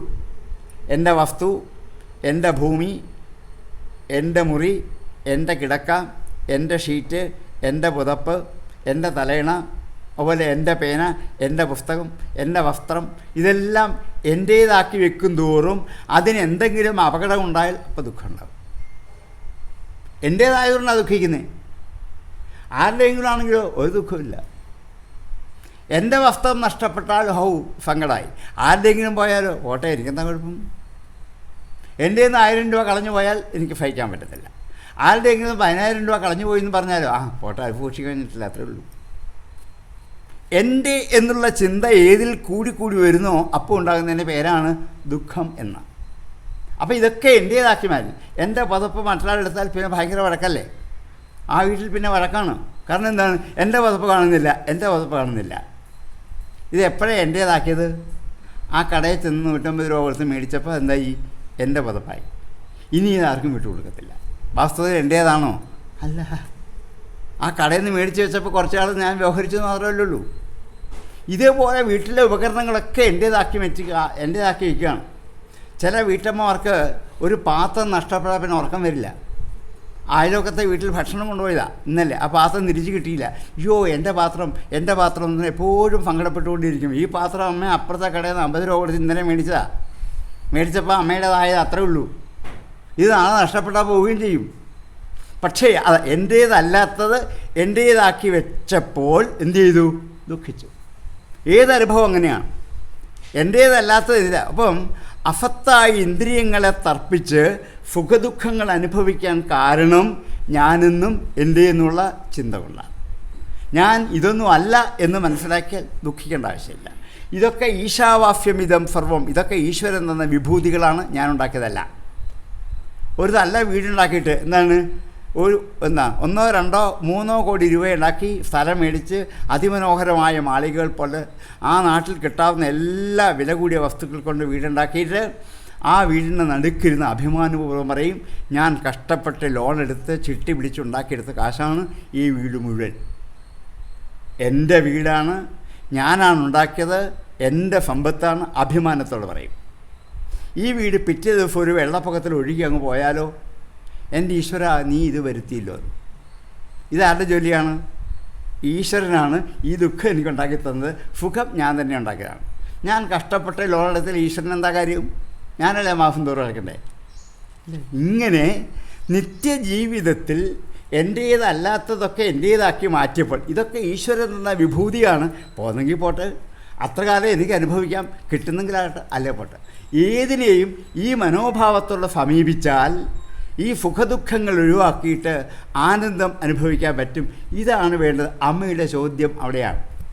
നമ്മൾക്ക് വേണ്ടി ഈ അമ്മ മകനായ ദക്ഷിണാമൂർത്തിയോട് ചോദിച്ച ആദ്യത്തെ ചോദ്യം ഇതാണ്. ഇതിനെ ഒന്ന് അടക്കി നിർത്താൻ എന്താണ് ചെയ്യേണ്ടത്? മാതാവിൻ്റെ ആഗ്രഹത്തെ മാനിച്ചിട്ട് ഇതിഫ്വമാതുർ നിരവധ്യം ഈപ്സിതം നിശമ്യ പുംസാം അപവർഗവർദ്ധനം ധിയാഭിനന്ദ്യ ആത്മവതാം സ്വതം ഗതി ബഭാഷ ഈഷസ്മിതശോഭിതാനനാം. ഇങ്ങനെ അമ്മയുടെ ആഗ്രഹം കേട്ടപ്പോൾ ബുദ്ധിപൂർവം കപില ഭഗവാൻ ഒന്ന് പുഞ്ചിരിച്ചിട്ട്, ഈഷസ്മിത ചെറുതായിട്ടൊന്ന് പുഞ്ചിരിച്ചിട്ട് പറയാൻ തുടങ്ങി. ഇനിയാണ് കപിലോപദേശം ആരംഭിക്കുന്നത്. ഇതുവരെ ഞാൻ പറഞ്ഞ എൻ്റെ പശ്ചാത്തലമാണ്. ഇനി ആണ് കപിലോപദേശത്തിന് 1/2 മണിക്കൂറില്ല, കഷ്ടിച്ചേ ഉള്ളൂ. എങ്കിലും അത് വെച്ച് ചുരുക്കി പറയും. ഇത്രയും ഒരു ആമുഖം പറഞ്ഞെങ്കിൽ മാത്രമേ എന്താണ് കപിലോപദേശത്തിൻ്റെ പ്രസക്തി നമുക്ക് ശരിക്കും അറിയാൻ പറ്റുള്ളൂ. ഇത് ചോദ്യം വരെ അമ്മ ചോദിച്ചു വെച്ചാണ്. അതിന് മറുപടി പറയാൻ തുടങ്ങുകയാണ്. യോഗാധ്യാത്മിക പുംസാം മതോ നിശ്രേഫായമേ അത്യന്തോപരതിര്യത്രാം ദുഃഖഫ്യച സുഖഫ്യചാം. മനുഷ്യൻ 2 തരത്തിലാണ് ജീവിതം. ഒന്ന് ആധ്യാത്മികം, പിന്നെ ഒന്ന് ലൗകികം. ഇത് രണ്ടും നമ്മൾ എന്ത് ചെയ്യുന്നുണ്ട്? അനുഭവിക്കുന്നവരാണ്. അതിൽ ലൗകിക ജീവിതത്തിലാണ് കൂടുതൽ സമയം ചിലവഴിക്കുന്നത്. ആധ്യാത്മികതയ്ക്ക് കുറച്ച് സമയം കൊടുക്കാനുള്ളൂ. ഒരു വീട് വെക്കുമ്പം നമ്മൾ പറയും, ആ വീടിൻ്റെ അകത്ത് സ്റ്റെയർ കേസിൻ്റെ കീഴിലോ ചെറിയ സ്ഥലത്ത് ഒരു ഫോട്ടോ ഒരു വിളക്ക് വെക്കാൻ മാത്രം ഇത്രയും മതി ഈശ്വരൻ്റെ സ്ഥാനം. ബാക്കിയൊക്കെ എനിക്ക് ഞങ്ങളുടെ വീട്ടുകാർക്ക് വ്യവഹരിക്കാൻ കിടക്കമുറി ഇത്ര കണക്ക് വേണം, പിന്നെ ഭക്ഷണമുറി ഇത്ര കണക്ക് വേണം, അടുക്കള വലുതായിരിക്കണം, 1 അല്ല 2 വേണം. ഇതൊക്കെ വ്യവസ്ഥയുണ്ട്. പൂജമുറിക്കോ ഒരു വ്യവസ്ഥയില്ല. എവിടെയെങ്കിലും ഒരു കോണിൽ ഒരു ഫോട്ടോ വെക്കണം, അത്രേ വേണ്ടൂ. വേണേൽ ഒരു വിളക്കും കൂടെ കത്തിച്ച് വെക്കണം. ആ സ്റ്റെയർകേസിന് കീഴിലായാലും കുഴപ്പമില്ല, ഒരു അലമാരിക്കകത്ത് വെച്ച് അടച്ചാലും കുഴപ്പമില്ല, അത്ര ചെറുത് മതി. അപ്പം നമ്മളുണ്ടാക്കുന്ന വീട്ടിൽ ഈശ്വരൻ്റെ സ്ഥാനം എത്രയോ ചെറുതാണ്. ആധ്യാത്മിക ജീവിതത്തിന് സമയം നമുക്ക് വളരെ കുറവാണ്, തീരെ. ഇന്ന് പറ്റിയില്ലെങ്കിൽ നാളെ, അത് പറ്റിയില്ലെങ്കിൽ മറ്റന്നാൾ. ലൗകിക ജീവിതത്തിലാണ് കൂടുതൽ സമയം നമ്മൾ കൊടുക്കുന്നത്. അപ്പം മനുഷ്യൻ്റെ ജീവിതം 2 തരത്തിലാണ് മുന്നേറുന്നത്. ഒന്ന് ലൗകികതയിൽ കൂടി, പിന്നൊന്ന് ആധ്യാത്മികതയിൽ കൂടി. അപ്പം അതിൽ ലൗകിക ജീവിതം ദുഃഖത്തിന് വേണ്ടി ഉപയോഗിക്കാം, ആത്മീയ ജീവിതം മോക്ഷമെന്ന ആനന്ദത്തിന് വേണ്ടി ഉപയോഗിക്കാം. ഇത് ഏത് വേണമെന്ന് ആരാ നിശ്ചയിക്കേണ്ടത്? ഞാൻ. അതിനാണ് ഗുരുക്കന്മാർ ഉപദേശിച്ച് തരുന്നത്. നമുക്ക് തന്നെ അറിയാൻ മേലത്തന്നെ അവർ ഉപദേശിച്ച് തരും, ഇങ്ങനെ വേണം, ഇങ്ങനെ വേണം, ഇങ്ങനെ വേണം. അതൊക്കെ കേൾക്കും, പക്ഷെ നമ്മളത് അപ്പോഴേ കളഞ്ഞിട്ട് മറ്റു വഴി കൂടെ പോകും. അതുകൊണ്ട് എന്താണ് ഇവിടെ വേണ്ടത്? അത്യന്തോപരതിയത്രാം ദുഃഖഫ്യച സുഖഫ്യചാം. സുഖദുഃഖങ്ങൾ ഇല്ലാതാവണം, അവിടെയാണ്. ഇപ്പം പറഞ്ഞു വെച്ചതല്ലേ, സുഖവും വേണ്ട ദുഃഖം. ഇത് രണ്ടും അനുഭവകാലം പോയാൽ സമമിഹ. സുഖവും ദുഃഖവും അനുഭവകാലം പോയാൽ സമം. ഈ സുഖദുഃഖങ്ങൾ ആരാ നിശ്ചയിക്കുന്നത്? ഞാൻ തന്നെ നിശ്ചയിക്കുന്നത്. അത് മനസ്സിൻ്റെ ഒരു സങ്കല്പമാണ്. എനിക്ക് സുഖമാണ് എന്ന് ഞാനാ നിശ്ചയിക്കുന്നത്, മറ്റൊരാളാണോ? അല്ല. രാവിലെ മുതൽ വൈകുന്നേരം വരെ നന്നായിട്ട് പണിയെടുത്തു, എനിക്ക് വൈകുന്നേരം ഒരു ഭക്ഷണവും കിട്ടിയില്ല. വൈകുന്നേരമായപ്പോൾ ഒരു പഴവും ഇത്തിരി വെള്ളവും മാത്രമേ കിട്ടിയുള്ളൂ. ഹാവു, എനിക്ക് സുഖമാണ് ഞാൻ നിശ്ചയിച്ചാൽ സുഖം. ഇതാരാ സങ്കല്പിക്കുക? ഞാൻ.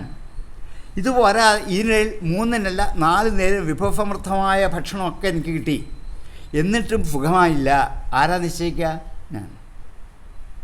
അല്ലേ? എത്ര ഭക്ഷണം തന്നിട്ടും ശരിയാകുന്നില്ല, സുഖമാകുന്നില്ല. ഒരു ഭക്ഷണവും ഇല്ലാതെ എനിക്ക് എന്ത് ചെയ്യാൻ പറ്റും? സുഖിക്കാൻ പറ്റില്ലേ? ഇതാരാ നിശ്ചയിക്കുക? ഞാൻ തന്നെയാണ്. അപ്പോൾ സുഖദുഃഖങ്ങൾ എൻ്റെ സങ്കല്പത്തിന് അധീനമാണ്. ഞാൻ സങ്കല്പിക്കുകയാണ് ഇതെനിക്ക് സുഖമാണെന്ന്, ഞാൻ സങ്കല്പിക്കുകയാണ് ഇതെനിക്ക് ദുഃഖമാണെന്ന്. അപ്പോൾ എൻ്റെ സങ്കല്പത്തിന് അധീനമാണ് സുഖദുഃഖങ്ങൾ. മനുഷ്യജീവിതത്തിൽ പലപ്പോഴും ഈ സങ്കല്പം കൊണ്ടാണ് നമ്മൾ മറ്റുള്ളവരെ ആദരിക്കുകയും ബഹുമാനിക്കുകയും ചെയ്തത്. ഏതോ വീട്ടിൽ ഏതോ നാട്ടിലുണ്ടായിരുന്ന ഒരു സ്ത്രീയെ വിവാഹം കഴിച്ച് പത്നിയാക്കി മാറ്റിയപ്പോഴാണ് എന്ത് ചെയ്യുന്നത്? അപ്പം സങ്കല്പം മാറി, ഇനി മുതൽ ഇവൾ ആരാണ്? എൻ്റെ പത്നിയാണ്. അപ്പോൾ എന്താ, ഈ സങ്കല്പം മാറിയില്ല. പത്നിയെന്ന് സങ്കല്പിച്ചപ്പോൾ എന്ത് ചെയ്തു? സ്നേഹം, ആദരവ്, ബഹുമാനം, എന്താ ഇടയ്ക്ക് വേണമെങ്കിൽ വിദ്വേഷം, ഇതെല്ലാം എന്ത് ചെയ്തു? ഉണ്ടാക്കിയെടുക്കുന്നത് എന്തുകൊണ്ടാണ്? എൻ്റെ സങ്കല്പം കൊണ്ടാണ്. അപ്പോൾ എൻ്റെ സങ്കല്പം മാറുന്നതനുസരിച്ച് എന്ത് ചെയ്യാം? ഇത് മാറും.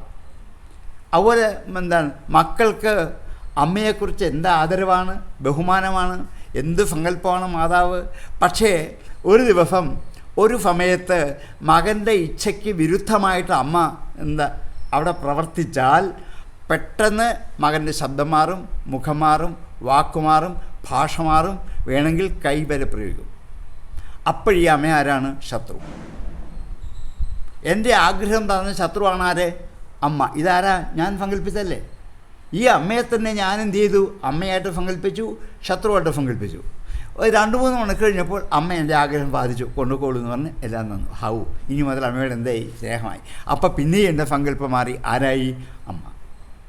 ഒരു ദിവസം എത്ര പ്രാവശ്യം ഈ സങ്കല്പത്തെ മാറ്റിയെടുക്കുന്നുണ്ട്? ഇത് ആരുടെ കയ്യിലിരിക്കുന്നേ? നമ്മുടെ കയ്യിലാണ്. ഇത് സുഖമാണെന്നും ഇത് ദുഃഖമാണെന്നും ഒക്കെ എന്ത് ചെയ്യാം? നമ്മൾക്ക് തന്നെ സങ്കല്പിച്ചെടുക്കാം.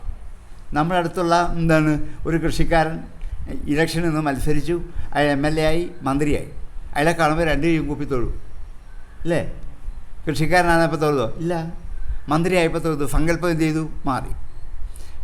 ഒരാഴ്ച കഴിയുമ്പോൾ അയക്ക് മന്ത്രി പദവിയും പോയി, MLA സ്ഥാനം പോയി, എല്ലാം പോയി. വീണ്ടും തിരിച്ചു വന്ന് പഴയ പോലെ തൂമ്പെടുത്ത് കൃഷിക്ക് വന്നു. അപ്പോൾ നമ്മൾ തൊഴുവോ? ഇല്ല. എന്താ കാരണം? സങ്കല്പം മാറി. അപ്പോൾ സങ്കല്പാത് വിദ്വേഷോ ബഹുമാനോ വാ സങ്കല്പാദേവ ജായതേ. ഒരാളോട് വിദ്വേഷം തോന്നുന്നു, ബഹുമാനം തോന്നും, സങ്കല്പം കൊണ്ട് മാത്രമാണ്. ഇത് ആർക്ക് പറ്റും? നമുക്കേ പറ്റൂ. അപ്പോൾ സുഖദുഃഖങ്ങൾ സങ്കല്പത്തിന് അധീനമാണ്. അത് മാറ്റാൻ ആർക്ക് പറ്റും? നമുക്ക് പറ്റും. ഇത് എനിക്ക് സുഖമില്ല, ദുഃഖമില്ല, ഇത് രണ്ടും ഞാൻ അപ്പോൾ ഉണ്ടാക്കി വെച്ച് സങ്കല്പിക്കുകയാണ്. ആ സങ്കല്പത്തിന് അധീനമാണ് ഇത് രണ്ടും. പിന്നെ ഇതിൻ്റെ അപ്പുറത്താണ് ഏത്? ആനന്ദം. അതാണ് എനിക്ക് അനുഭവിക്കേണ്ടത്. സുഖദുഃഖങ്ങൾ വന്നു പോയിക്കൊണ്ടിരിക്കും. അത് അന്തിമം വരെ കാണും. എന്തൊക്കെ ചെയ്താലും വരും. മരിക്കാൻ കിടക്കുന്ന സമയത്ത് പോലും ഇതെന്ത് ചെയ്യും, വന്നുകൊണ്ടേ. ഇത് മാറ്റാൻ ആർക്കും പറ്റില്ല. അപ്പോൾ പിന്നെ ഇത് വന്നു പൊക്കട്ടെ, അതിനെ എന്ത് ചെയ്യണ്ട, പരിഗണിക്കണ്ട, അതിനെ വിട്ടേക്കും. സങ്കല്പം മാറുന്നതനുസരിച്ച് എന്ത് ചെയ്യും, എല്ലാം മാറും. ഇപ്പം ഞാനിവിടെ വന്നിരിക്കുന്നതുകൊണ്ട് നിങ്ങൾ എന്നെ ആദരിക്കുന്നു, ബഹുമാനിക്കുന്നു, ഞാൻ ഒരു പ്രഭാഷകനാണ്, ആചാര്യനാണ്, സമ്മതിച്ചു. ഞാൻ എന്താണ് അല്പം കഴിഞ്ഞ് പുറത്തിറങ്ങി ഒരു വണ്ടി എടുത്ത് ഞാൻ വണ്ടി ഓടിച്ചു പോയി കഴിഞ്ഞാൽ എന്ത് വിളിക്കും, ഡ്രൈവർ എന്നല്ലേ വിളിക്കത്തുള്ളൂ. അപ്പോൾ ഈ സങ്കല്പം എന്ത് ചെയ്തു, മാറി. ആ പോകുന്ന ഞാൻ അവിടുന്ന് അതും കഴിഞ്ഞ് എന്താണ് വഴിക്കിറങ്ങി ഏതെങ്കിലും കടയിൽ കയറി കാപ്പിയൊക്കെ കുടിച്ചു മദ്യപാനമൊക്കെ കഴിച്ച് ആ റോഡിൽ കിടന്ന് ബഹളമൊക്കെ ഉണ്ടാക്കിയാൽ, നല്ല തല്ലുകൂടിയാൽ നിങ്ങൾ ആചാര്യനെ വിളിക്കുമോ? ഇല്ല. സങ്കല്പം എന്ത് ചെയ്തു, മാറിയില്ല. അപ്പോൾ ഈ സങ്കല്പമാണ് വാസ്തവത്തിൽ എന്ത് ചെയ്യുന്നത്, സുഖദുഃഖങ്ങൾക്ക് കാരണമായി. ഇതാണ് ഉപദേശം. ആദ്യത്തെ കബരൻ്റെ ഉപദേശം ആരംഭിക്കുന്നത് ഇവിടെയാണ്. അത്യന്ത ഉപരതിരിയത്ര ദുഃഖഫ്യച്ച സുഖഫ്യച്ച. സുഖദുഃഖങ്ങൾക്ക് ആത്യന്തികമായ ഉപരതി എവിടെയുണ്ടാകുന്നു, അവിടെയാണ് ആനന്ദം അനുഭവിക്കാൻ പറ്റുന്നത്. അതുകൊണ്ട് അമ്മ ഇപ്പോൾ അനുഭവിക്കുന്ന സുഖദുഃഖങ്ങൾ മാത്രമേ ഉള്ളൂ. അത് വേണ്ട, അത് കളയൂ. അത് സങ്കല്പിച്ച് അമ്മ ഉണ്ടാക്കി വെക്കുന്നതാണ്. ഇതൊന്നും ശാശ്വതമല്ല. ഇതിനെക്കുറിച്ചൊക്കെ ദുഃഖിച്ചിട്ടോ സുഖിച്ചിട്ടോ എന്താ കാര്യം? മക്കൾ ശാശ്വതമല്ല, ആ അനുഭവവും സത്യമല്ല. കുറച്ച് കഴിയുമ്പോൾ ഇതൊക്കെ പോകും. അപ്പോൾ നിങ്ങൾക്ക് ശാശ്വതമായി എന്ന് കിട്ടുന്നത് ശാന്തി എന്ന ആത്മാനന്ദ അനുഭൂതിയാണ്. അതിനുവേണ്ടിയാണ് യത്നിക്കേണ്ടത്. മറ്റതൊക്കെ വന്നു പോയിക്കൊണ്ടിരിക്കും. അതിനുവേണ്ടി ജീവിതം മുഴുവൻ ഒഴിഞ്ഞു വെച്ച് പ്രയത്നിക്കേണ്ട ആവശ്യമില്ല. ഇന്നത്തെ ഏത് അമ്മമാർക്കും ഏത് മക്കൾക്കും ഏത് മനുഷ്യർക്കും കൊടുക്കാൻ പാകത്തിന് അന്ന് കവരൻ പറഞ്ഞ ഉപദേശത്തിൻ്റെ തുടക്കം അവിടെയാണ്. അതുകൊണ്ട് എന്തു ചെയ്യണം? ഗുണേഷു ഭക്തം ബന്ധായാം രതംബാ പുംസി മുക്തയേയും. ഒരേ ചിന്ത തന്നെ ചേതഖല്ലുഫ്യ ദുഃഖായ മുക്തയേച്ച ആത്മനോമതം. ഒരു മനസ്സ് തന്നെയാണ് ദുഃഖത്തിനും അതേ മനസ്സിനെയാണ് സുഖത്തിനും കാരണം. സുഖം അനുഭവിക്കുന്ന ഒരു മനസ്സുകൊണ്ടാണ്, ദുഃഖം അനുഭവിക്കുന്ന അതേ മനസ്സുകൊണ്ടാണ്. ഒരു മനസ്സുകൊണ്ട് സുഖം അനുഭവിച്ചിട്ട് വേറൊരു മനസ്സ് കണ്ടുപിടിച്ചിട്ടാണോ? അല്ല. ഈശ്വരനാമങ്ങൾ ഉറക്കെ ഉച്ചരിച്ച് ഭാഗവതവും ഭഗവത്ഗീതയും വിഷ്ണു സഹസ്രനാമം ഒക്കെ ചൊല്ലുന്ന ഒരു നാക്കുകൊണ്ടാണ്. ഈ നാക്കുകൊണ്ട് തന്നെയാണ് ചീത്ത വിളിക്കുന്നത്. വേറെ നാക്കുണ്ടോ? ഇല്ല. ഇതുതന്നെയാണ് രണ്ടിനും. അപ്പം എന്താണ്, ഉപകരണങ്ങൾ ഒന്ന് തന്നെയാണ്. ആ ഉപകരണങ്ങൾ എങ്ങനെ വിനിയോഗിക്കുന്നു എന്നുള്ളതിലാണ്.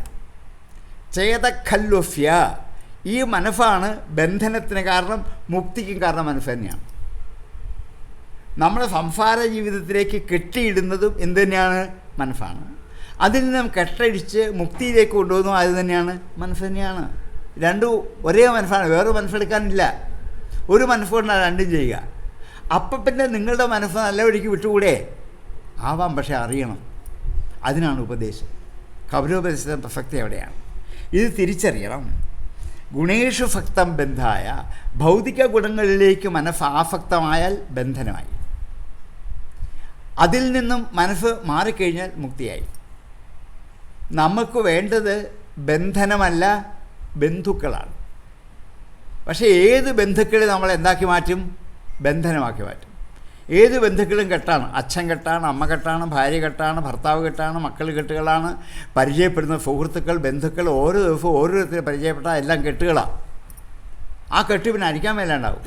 എത്ര കെട്ടുകളാണ് നിങ്ങൾ കൊണ്ടു നടക്കാൻ? ഇല്ലേ? മനസ്സിൽ എത്ര കെട്ടുണ്ട്? അച്ഛൻ, അമ്മ, ഭാര്യ, മക്കൾ, ഭർത്താവ്, പിന്നെ എന്താണ്, വീട്ടുകാരെ, ബന്ധുക്കളെ, അയലോക്കത്തുകാരെ, ജോലിയിൽ, ഓഫീസർമാർ, ഇങ്ങനെ കെട്ടുകൾ നിറഞ്ഞിരിക്കുകയാണ്. ഈ കെട്ടുകളൊക്കെ വീണ്ടും വീണ്ടും കടുംകെട്ടുകളെ അഴിക്കാൻ മേലുണ്ടാവും. അതുകൊണ്ടാണ് നമുക്ക് വേണ്ടത് ബന്ധനമല്ല, പിന്നെ ആരാണ്? ബന്ധു. എന്തിനെ എന്താക്കണം? ബന്ധുവാക്കി നിർത്തണം. ആരെയും കെട്ടാക്കാൻ അനുവദിക്കരുത്. കെട്ടാക്കിയാൽ പിന്നെ എന്ത് ചെയ്യും? അഴിക്കാൻ പാടില്ല. കടുംകെട്ടായാൽ പിന്നെ അഴിക്കുമോ? ഇല്ല. പിന്നെ വേണ്ടെന്ന് വെക്കും, നല്ല അർത്ഥം മുറിച്ച് കളയണം, നല്ല പറ്റിയ. ഒരേ മനസ്സ് തന്നെയാണ് കെട്ടാനും അതേ മനസ്സ് തന്നെയാണ് മുക്തിക്കും കാരണം. ഭൗതിക ലോക ജീവിതത്തിലേക്ക് ആസക്തമായി നമ്മെ കൊണ്ടുപോകുന്നത് ഒരു മനസ്സാണ്. ആ മനസ്സുകൊണ്ട് തന്നെ എന്ത് ചെയ്യണം? ആധ്യാത്മിക ജീവിതത്തിലേക്ക് പോകണം. രണ്ട് മനസ്സ് കിട്ടില്ല. അപ്പോൾ എന്ത് ചെയ്യണം? മനസ്സിനെ ബന്ധനത്തിൽ നിന്നും വിടുതൽ പ്രാപിച്ചിട്ട് മുക്തിയിലേക്ക്, ലക്ഷ്യത്തിലേക്ക് തിരിച്ചു വിടാം. അപ്പോൾ അനുഭവിക്കുന്നതിന് പേരാണ് ആനന്ദം. കെട്ടുകളൊക്കെ അയച്ചു കഴിയുമ്പോൾ ഹാഹു എന്തൊരു സുഖമായി അല്ലേ? വൈകിട്ട് ഇവിടുന്ന് ഞാൻ ഈ വേഷമൊക്കെ ഒന്ന് അഴിച്ചു മാറ്റിയിട്ട് കഴിയുമ്പോൾ ഹാവു എന്തൊരു ആശ്വാസമായി. കാരണം അതുവരെ കെട്ടിയിരിക്കുകയാണ്. ഈ കെട്ടുകളിൽ നിന്നൊരു മുക്തി കിട്ടുമ്പോൾ അതാണ് ഏറ്റവും വലിയ ആനന്ദ അനുഭവം. ബാക്കിയൊക്കെ സുഖദുഃഖങ്ങളാണ്, അതിന് പുറകെ പാഞ്ഞ് നടക്കേണ്ടതില്ല എന്നാണ് കപിലൻ അമ്മയെ ഉദ്ദേശിച്ചത്. അമ്മയ്ക്കിപ്പോൾ സംഭവിച്ചതാണ്. അമ്മ ഞാനെന്നും എൻ്റെയെന്നും, ഈ ഞാനെന്ന കപിലൻ എൻ്റെ മകനാണെന്ന് അമ്മ എന്ത് ചെയ്തു? ധരിച്ച് ജീവിതം മുഴുവൻ കൊണ്ടു നടക്കുകയാണ്. എൻ്റേതല്ല, ഈശ്വരൻ തന്നൊരു സമ്പത്താണ് ആര്? ഈ മകൻ. ഞാൻ കുറച്ച് നാൾ കൊണ്ട് നടക്കുന്നത് മാത്രമേ ഉള്ളൂ. അത് കഴിയുമ്പോൾ അത് പോവും. മക്കൾ വിട്ടുപോകുമ്പോൾ അമ്മയ്ക്ക് സങ്കടം വരും. സങ്കടം വരേണ്ട ആവശ്യമില്ല, പോകാനുള്ളതാണ്. അങ്ങനെ പോകട്ടെ, എന്നും കൊണ്ടു നടക്കാനുള്ളതല്ല ഇത്. ഇതാ ഈ പക്ഷിക്കൂട്ടിൽ ചെന്ന് മുട്ടയിട്ട് ആ പക്ഷി 10-20 ദിവസം അടയിരുന്ന് പാകമാക്കി ഈ പക്ഷിയുടെ എല്ലാ ജോലിയും വിടും, എങ്ങും പോവില്ല. ഈ കൂടിൻ്റെ അകത്ത് തന്നെ ഇരുന്ന് തൻ്റെ ചൂട് കൊടുത്ത് മുട്ട വിരിയിച്ച് മുട്ടയുടെ അറ്റത്തുനിന്ന് അറ്റം പൊട്ടി ആദ്യത്തെ ഒരു മുകുളം പുറത്തേക്ക് വരുമ്പോൾ അമ്മ സന്തോഷത്തോടെ ഓടിപ്പോയി ഏതെങ്കിലും മരത്തിൻ്റെ മുകളിൽ പഴുത്ത് പാകമായി നിൽക്കുന്ന ഒരു പഴത്തിൽ ഒന്ന് കൊത്തിയിട്ട് ഇത്തിരി ചാറെടുത്ത് കൊണ്ടുവന്ന് ഈ നാവിലേക്ക് ഇറ്റി കൊടുക്കും. എന്തൊരു സന്തോഷമാണ് അപ്പോൾ അമ്മയ്ക്കും ഈ കുട്ടിക്കും. ഇതിങ്ങനെ പല ദിവസങ്ങൾ കൊടുത്ത് മുട്ട പൊട്ടി അത് പോയി ചിറകുകൾ കുറേശ്ശെ മുളച്ചു വന്നു, കാലുകളായി, കാല് നിലത്ത് കുത്താറായി, അകത്ത് കുറേശ്ശെ നടന്നു തുടങ്ങി, ചിറകുകൾക്ക് ബലം വെച്ചു. അമ്മ കൊണ്ട് കൊടുത്ത ഭക്ഷണം കൊണ്ടാണ്. ഇതുകൊണ്ട് ബലം വെച്ച് കഴിഞ്ഞപ്പോൾ ഈ പക്ഷി പറന്ന് ആകാശത്തിലേക്ക് പോകും. ആകാശത്തിൽ ചെന്ന് കഴിഞ്ഞാൽ പിന്നെ കുറേ കൂട്ടുപക്ഷികളുണ്ട്, കൂട്ടുകാരാണ്. അവരുടെ കൂടെ ഇങ്ങനെ പറന്ന് നടക്കും. പിന്നെ അമ്മയെക്കുറിച്ച് ചിന്തിക്കുകയില്ല. നോക്കൂ, ലോകത്തിൽ ഇങ്ങനെയാണ്. ഈ അമ്മയ്ക്കും ആഗ്രഹമില്ല. പക്ഷികൾ പോകുമ്പോൾ അല്ലാത്ത എൻ്റെ മോനുണ്ടാവും, അത്രേ ഉള്ളൂ. അല്ല, ഒരു വിചാരം ആർക്കില്ല, പക്ഷിക്കും ഇല്ല, അമ്മയ്ക്കും ഇല്ല. അയ്യോ ഇതെൻ്റെ അമ്മയാണത്, എനിക്ക് ഒന്നുമില്ല. ഇതാണ് ബന്ധനം എന്ന് ഞാൻ പറഞ്ഞുകൊണ്ടാണ്. ഇത്രേ വേണ്ടു. ഈശ്വരൻ തന്നൊരു സമ്പത്താണ്, അതിനെ വളർത്തി വിട്ടു, പിന്നെ അത് പോവുക. പിന്നെ അതിന് പുറകെ പാഞ്ഞു നടക്കേണ്ട ആവശ്യമില്ല. അത് ബന്ധനമാണ്. സ്വതന്ത്രമായി വിട്ടുവിട്ടും പക്ഷികളെ കണ്ടുപിടിക്കുന്ന അജാത പക്ഷായിവ മാതരം ഖഗാഹ, ഭാഗവതത്തിൽ ഉദാഹരണമായിട്ട് പറയും. ഇങ്ങനെ മനുഷ്യജീവിതം മുഴുവനും നമ്മൾ ബന്ധനത്തിലേക്ക് മാറ്റിവെക്കുന്നതുകൊണ്ടാണ് ആനന്ദം അനുഭവിക്കാൻ പറ്റുന്നത്. അപ്പോൾ എന്ത് ചെയ്യണം? അതിൽ നിന്നും സുഖം ഉണ്ടാകണം. മതിരിഹ ഗുണഭക്ത ബന്ധകൃത്തേഷ്വഭക്ത, കപിലോപദേശത്തിൽ നാരായണീയം പറയും. മതിരിഹ ഗുണഭക്ത ബന്ധകൃത്ത്, ഗുണഭക്തമായ മതി ബന്ധനമാണ്. അതിൽ നിന്ന് വിടുതൽ നേടിയാൽ, അതിൽ നിന്ന് മാറ്റമുണ്ടായാൽ അമൃതകൃത ഉപരുന്ധേ, അത് അമൃതമാണ്. ഇതാണ് നമ്മൾക്ക് വേണ്ടത്. അതിൻ്റെ കൂടെ ഭക്തിയോഗവും കൂടി ചേർത്ത് വേണം എന്നിങ്ങനെ. അതുകൊണ്ട് അഹം മമ എന്നുള്ള അഭിമാനോത്ഥങ്ങളായ കാമലോഭാദികളിൽ നിന്നും മനസ്സ് യഥാവീതം എപ്പോഴാണോ മാറ്റപ്പെടുന്നത് അപ്പോൾ മനഃശുദ്ധം. അപ്പം മനസ്സ് ശുദ്ധമാകും. അപ്പോൾ അസുഖം, അദുഃഖം, അസുഖം, ഇത് രണ്ടും ആവേണ്ടത്. അദുഃഖം, അസുഖം, ദുഃഖം ഉണ്ടാകരുത്, സുഖം ഉണ്ടാകരുത്. എപ്പോഴാണോ മനസ്സ് ശുദ്ധമാകുന്നത്, അഹം മമ എന്നുള്ള 2 മാലിന്യങ്ങളിൽ നിന്നും മുക്തമായി മനസ്സ് ശുദ്ധമാകുമ്പോൾ അപ്പോൾ ഉണ്ടാകുന്ന അനുഭവത്തിൻ്റെ പേരാണ് ആത്മാനന്ദ അനുഭൂതി. ന യുജ്യമാനയാ ഭക്തിയാ ഭഗവത്യഖിലാത്മനി സദൃശോസ്തി ശിവപന്ഥ യോഗിനാം ബ്രഹ്മസിദ്ധേ. അതുകൊണ്ട് ഭക്തി ഉണ്ടാകാൻ സജ്ജനസംഗമമാണ് വേണ്ടത്. ഭൗതിക വസ്തുക്കളൊക്കെ ദുഃഖം തരുന്നതാണ്. സജ്ജനങ്ങളുമായി കൂടിച്ചേർന്നിരുന്നാൽ അത്രയും സമയം എന്ത് കിട്ടുക? സുഖം കിട്ടുക. ഇവിടെ വന്നിരുന്ന് ഇതൊക്കെ കേട്ട് ചുറ്റുമിരിക്കുന്ന ആൾക്കാരൊക്കെ സജ്ജനങ്ങളാണ്. വേറൊന്നും ഇവിടെ പറയാനില്ല, ചീത്തവിളിയില്ല, അടിപിടിയില്ല, വഴക്കില്ല, ബഹളമില്ല, ഒന്നുമില്ല, ശാന്തമാണ്. ഇതിങ്ങനെ അനുഭവിക്കുമ്പോൾ ഉണ്ടാകുന്നതാണ് സത്സംഗം. അത് ഉള്ളിൽ നിറച്ച് വെക്കണം. അല്പം കഴിയുമ്പോൾ പൊക്കോട്ടെ, പിന്നെയും നിറയ്ക്കണം. വിശക്കുമ്പോൾ എന്ത് ചെയ്യണം? ഭക്ഷണം കഴിക്കണം. ദാഹിക്കുമ്പം വെള്ളം കുടിക്കണം. അതുപോലെ എന്ത് ചെയ്യണം? ദാഹിക്കുമ്പോൾ ഭാഗവതം എന്ത് ചെയ്യണം? കുടിക്കണം എന്നാണ്. വേദമാകുന്ന കൽപ്പവൃക്ഷത്തിൻ്റെ സാരാംശമായ ഈ പഴം പിഴിഞ്ഞെടുത്ത് ജ്യൂസാക്കി, ചാറാക്കി, ഒരു ഗ്ലാസ്സിലാക്കി, ഒരു സ്പൂണുമായിട്ട് ശുഗബ്രഹ്മർഷി പുറകെ നടക്കുകയാണ്. പിബത, ഒന്ന് കുടിക്കൂ, നിങ്ങളുടെയൊക്കെ പുറകെ നടക്കുകയാണ്. ഒന്ന് വാവിളിച്ച് ഇത്തിരി ഞാൻ ഒഴിക്കട്ടെ എന്നാണ് ശുഗൻ പറഞ്ഞത്. കൊച്ചു കുട്ടികളെ പോലെ വാ അടച്ചു പിടിച്ചിരിക്കും. ഇത് വേണ്ടാന്ന് ശുഗൻ പറഞ്ഞു. പിബത, ഇതൊന്ന് കുടിക്കൂ, ഞാൻ കൊണ്ടുതരികയാണ്. എന്താണ്? നിഗമകൽപതരോർഗളിതം ഫലം ശുഖമുഖാത് അമൃതദ്രവ സംയുതം. ഈ പിഴിച്ചെടുത്ത ചാറിനകത്ത് ശുഖമുഖത്തിലെ അമൃതമായ കുറേ രസം കൂടെ ചേർത്തിട്ട് ജ്യൂസാക്കി മാറ്റിയിട്ട് ഞാൻ എന്താണ് ഗ്ലാസ്സിലൊഴിച്ച് സ്പൂണും വെച്ച് ഇങ്ങനെ നിങ്ങളെ പുറകെ കൊണ്ട് നടക്കുകയാണ്. നമ്മുടെയൊക്കെ കൂടെ വ്യാസം നടപ്പുണ്ട്. ഇതൊന്ന് കുടിക്കൂ എന്ന് പറഞ്ഞ് ഇത്രയേ വേണ്ടൂ. എന്നാൽ ഇത് ഞാൻ കുടിച്ചു മതി ഇനിയില്ല എന്ന് പറയാൻ പറ്റില്ല. 2 മണിക്കൂർ കഴിയുമ്പോൾ എന്ത് ചെയ്യും? പിന്നെയും ദാഹിക്കില്ലേ? ഇന്ന് ജ്യൂസ് കുടിച്ചു, ഇന്ന് ഞാൻ ജീവിതത്തിൽ ജ്യൂസൊന്നും വേണ്ട എന്ന് പറയാൻ പറ്റുമോ? ഇല്ല. ഇത് കുടിച്ച് കഴിയുമ്പോൾ അതുകൊണ്ടാണ് പിബത്ത പിന്നെയും കുടിക്കണം. ദാഹിക്കുമ്പോഴൊക്കെ എന്ത് ചെയ്യണം? ഇത് കുടിച്ചുകൊണ്ടേയിരിക്കണം. ഇങ്ങനെ ഈ ഭാഗവത രസത്തെ നമുക്ക് എന്ത് ചെയ്യണം? വീണ്ടും വീണ്ടും പാനം ചെയ്യുമ്പോൾ മാത്രമാണ് സജ്ജന സഭയിൽ നിന്നും കിട്ടുന്ന ഒരനുഭൂതി ഉണ്ടാക്കുന്നത്. അതുകൊണ്ട് ദുഃഖത്തിൽ കൂടിയുള്ള യാത്രയാണ് ഭൗതിക ജീവിതം. അതല്ല വേണ്ടത്, ആത്മീയ ജീവിതമാണ് വേണ്ടത്. അവിടെ എന്തില്ല? സുഖവുമില്ല, ദുഃഖവുമില്ല, പിന്നെ എന്തേ ഉള്ളൂ? ആനന്ദം മാത്രം.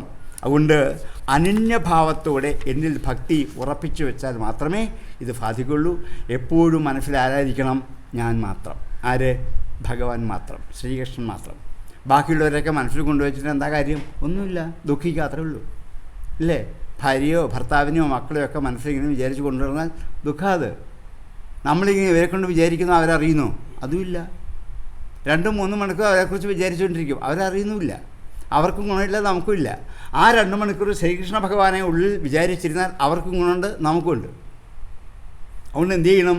മനസ്സിലെപ്പോഴും സദാസം ആ ശ്രീകൃഷ്ണ ഭാവനയോടെ ആരെയും സ്വീകരിക്കാം, ആരുമായിട്ട് സംഭാഷണം ചെയ്യാം, ആർക്കും ഭക്ഷണം കൊടുക്കാം, ആരോടും എഴുതാം, ഒരു കുഴപ്പമില്ല. ഈ മനോഭാവത്തെ ഉള്ളിൽ ഉണ്ടാക്കിയെടുക്കാൻ സാധിച്ചാൽ എന്തില്ല? ദുഃഖമില്ല, സുഖമില്ല. ഇത് രണ്ടും എന്ത് ചെയ്യും? മാറിക്കിട്ടും. അതുകൊണ്ട് ഇതാണ് യഥാർത്ഥമായും സുഖദുഃഖങ്ങളിലെ സ്ഥിതി. അത് ഇല്ലായ്മ ചെയ്തിട്ട് ആനന്ദം അനുഭവിക്കാൻ പാകത്തിന് അമ്മ തയ്യാറാക്കിക്കോളൂ എന്ന് പറഞ്ഞപ്പോൾ ആ അമ്മ ചോദിക്കുന്നുണ്ട്, കാചിത്തൊഴിയുചിതാ ഭക്തി കീദൃശീ മമ ഗോചരാം. എങ്ങനെയാണ് അങ്ങയിൽ എനിക്ക് ഭക്തി ഗോചരമാക്കാൻ പറ്റുന്നത്? ഒരു സ്ത്രീയായ എനിക്ക് ഈ നിത്യജീവിതത്തിൽ എങ്ങനെ ഭക്തി ഉപയോഗിക്കാൻ പറ്റും? അടുത്തൊരു ചോദ്യമാണ്, നമ്മളൊക്കെ ചോദിക്കുന്ന ചോദ്യമാണ്. ഇന്നത്തെ കുടുംബജീവിതത്തിൽ ഇരുന്നു കൊണ്ട് ഒരു സ്ത്രീയായ എനിക്ക് എങ്ങനെ ഭക്തിയിലേക്ക് പ്രവേശിക്കാൻ പറ്റും? അതിമനോഹരമായൊരു ചോദ്യം. വിസ്തരിച്ചൊരു മറുപടി പറയും. സമയം ഏതാണ്ട് അതിക്രമിച്ച് വരികയാണ്. അതുകൊണ്ട് ഞാൻ ആ വിഷയത്തിലേക്ക് അധികം പോകുന്നില്ല. ചോദ്യങ്ങളിതാണ്. എന്തെങ്കിലും ഒരിക്കൽ കപിലോപദേശം വിസ്തരിച്ച് പഠിക്കുമ്പോൾ ഈ ചോദ്യങ്ങൾക്ക് എങ്ങനെ നമ്മൾ പോയാൽ നമ്മൾക്ക് ജീവിതം ആനന്ദാനുഭവമാക്കി തീർക്കാം എന്ന് ഒരു സ്ത്രീക്ക്. ഇവിടെ എന്താണ് ചോദ്യം ചോദിക്കുന്നത്? സ്ത്രീയാണ്. മറുപടി പറയുന്നത് ഇവിടെ പുരുഷനുമാണ്. അതുകൊണ്ട് അത് ചോദിച്ചപ്പോൾ ഇതിനുവേണ്ടി തത്വാംനായം എന്ന സാഖ്യയോഗത്തെക്കുറിച്ച് ഉപദേശിക്കുന്നത്. അവിടെയാണ് കപിലൻ്റെ സാഖ്യത്തിൻ്റെ പ്രസക്തിയായിരുന്നു.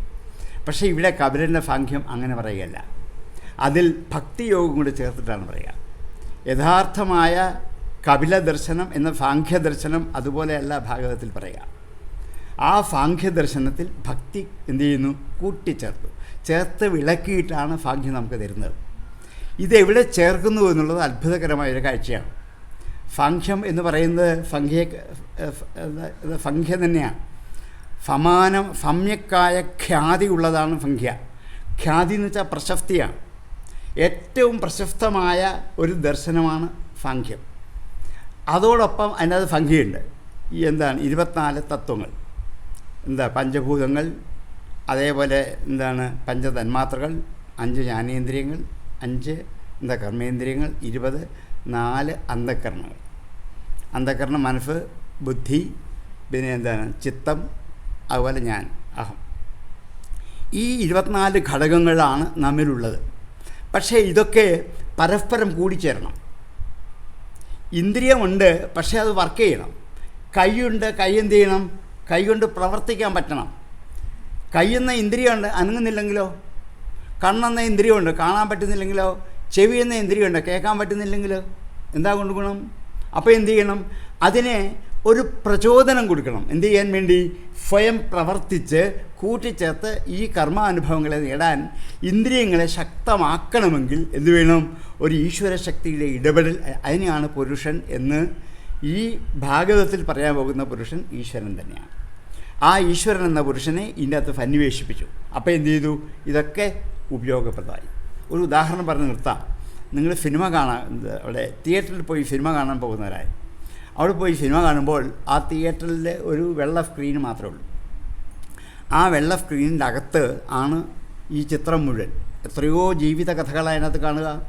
1, 2, 3 ജന്മ പരമ്പരകൾ, അതിൽ ഭാര്യാഭർത്താക്കന്മാർ, സന്താനമുണ്ടാകൽ, അടിപിടി, വഴക്ക്, ബഹളം, ഭക്ഷണം, മദ്യപാനം, പിന്നെ ട്രെയിന്, ബഹളം, കോലാഹലം, കാട്, വനം എന്ന് വേണ്ട ഈ പ്രപഞ്ചത്തിലുള്ളത് മുഴുവനും എവിടെയുണ്ട്?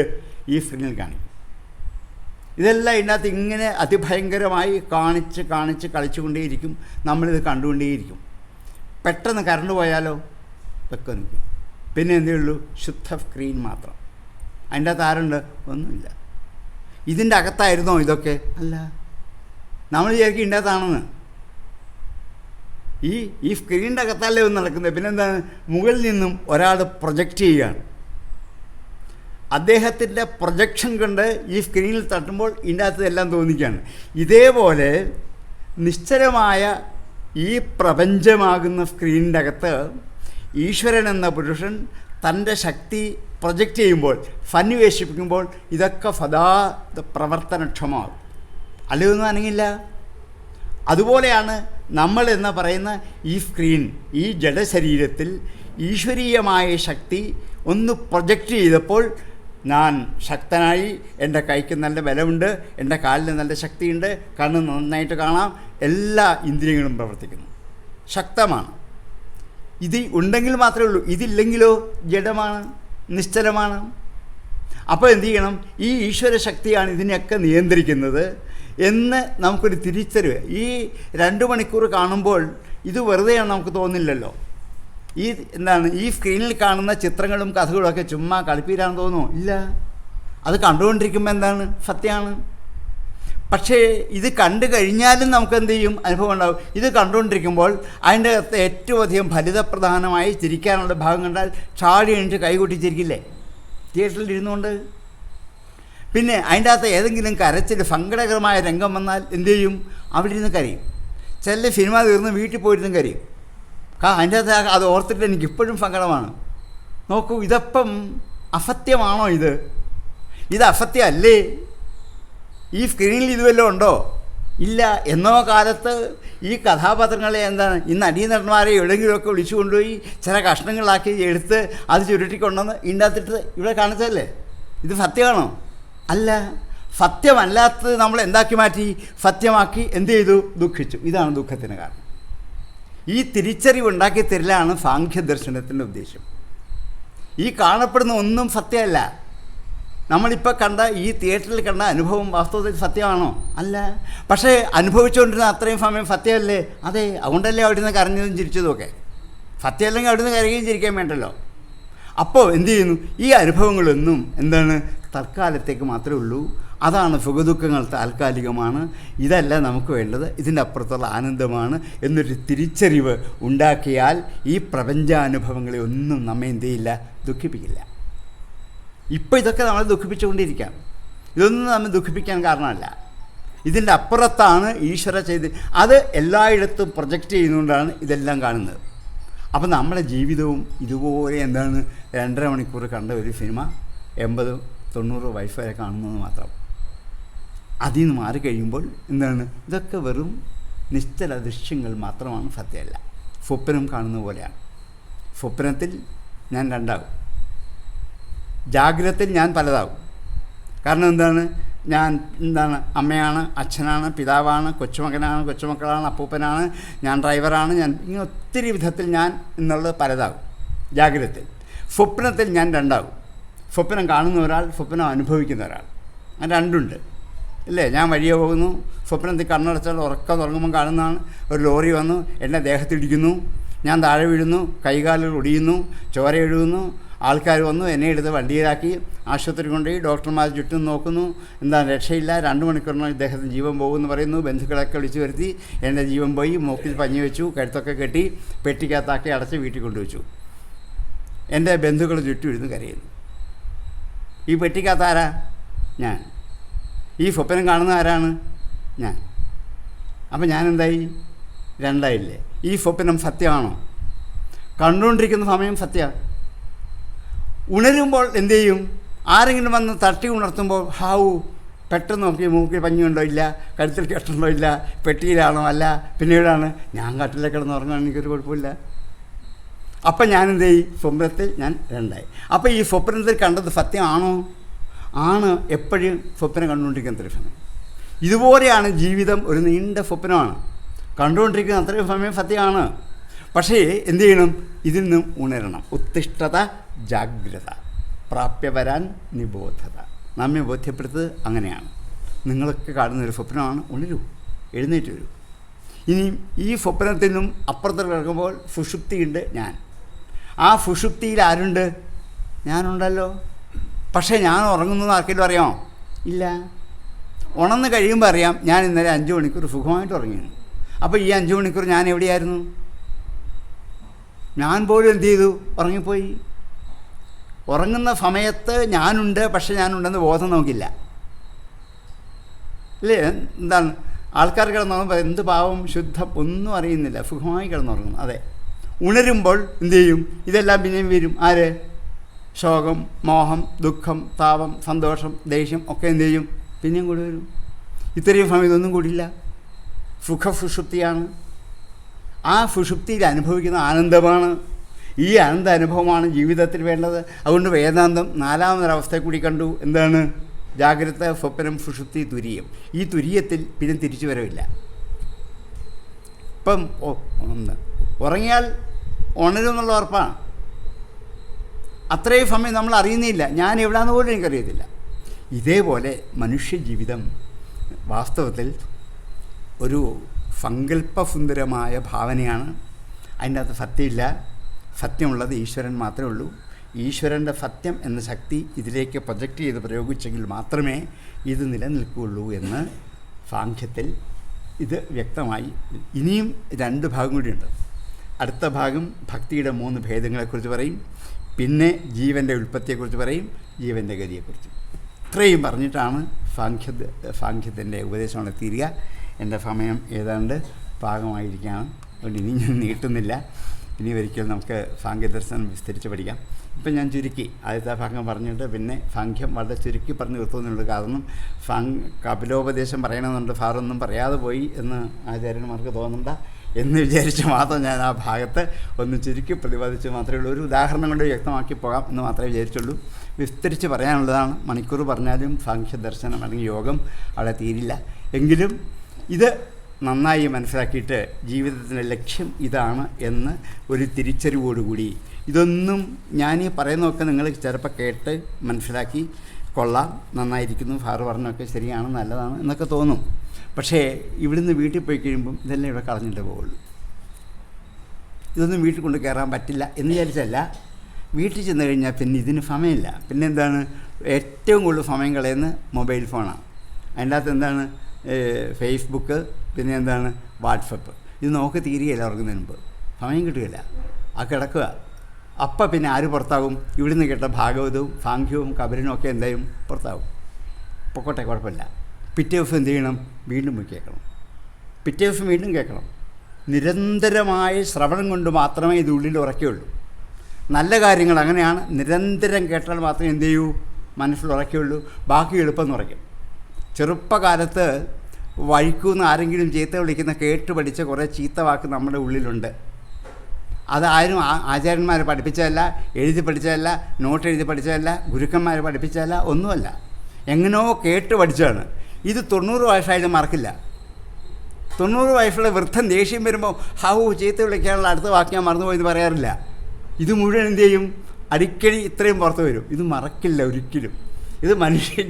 അതേസമയത്ത് 100 പ്രാവശ്യം ചൊല്ലിക്കൊണ്ടിരുന്ന വിഷ്ണുനാമത്തിൻ്റെ അടുത്ത വരി മറന്നുപോയി. ഇന്ന് വരുന്നത് എന്നും ചൊല്ലുന്ന വിഷ്ണുനാമം അടുത്ത വരി കിട്ടുന്നില്ല. ഇത് മനുഷ്യ മനസ്സിൻ്റെ മാലിന്യത്തിൻ്റെ ബാഹുല്യം കൊണ്ട് സംഭവിക്കുന്നതെന്ന് തിരിച്ചറിഞ്ഞിട്ട് എന്ത് ചെയ്യാൻ പറ്റണം?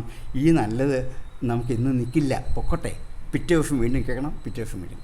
നിരന്തര ശ്രവണം കൊണ്ടേ നല്ലത് ഉള്ളിൽ ഉറയ്ക്കുള്ളൂ. ചീത്ത എളുപ്പം ഉറയ്ക്കും.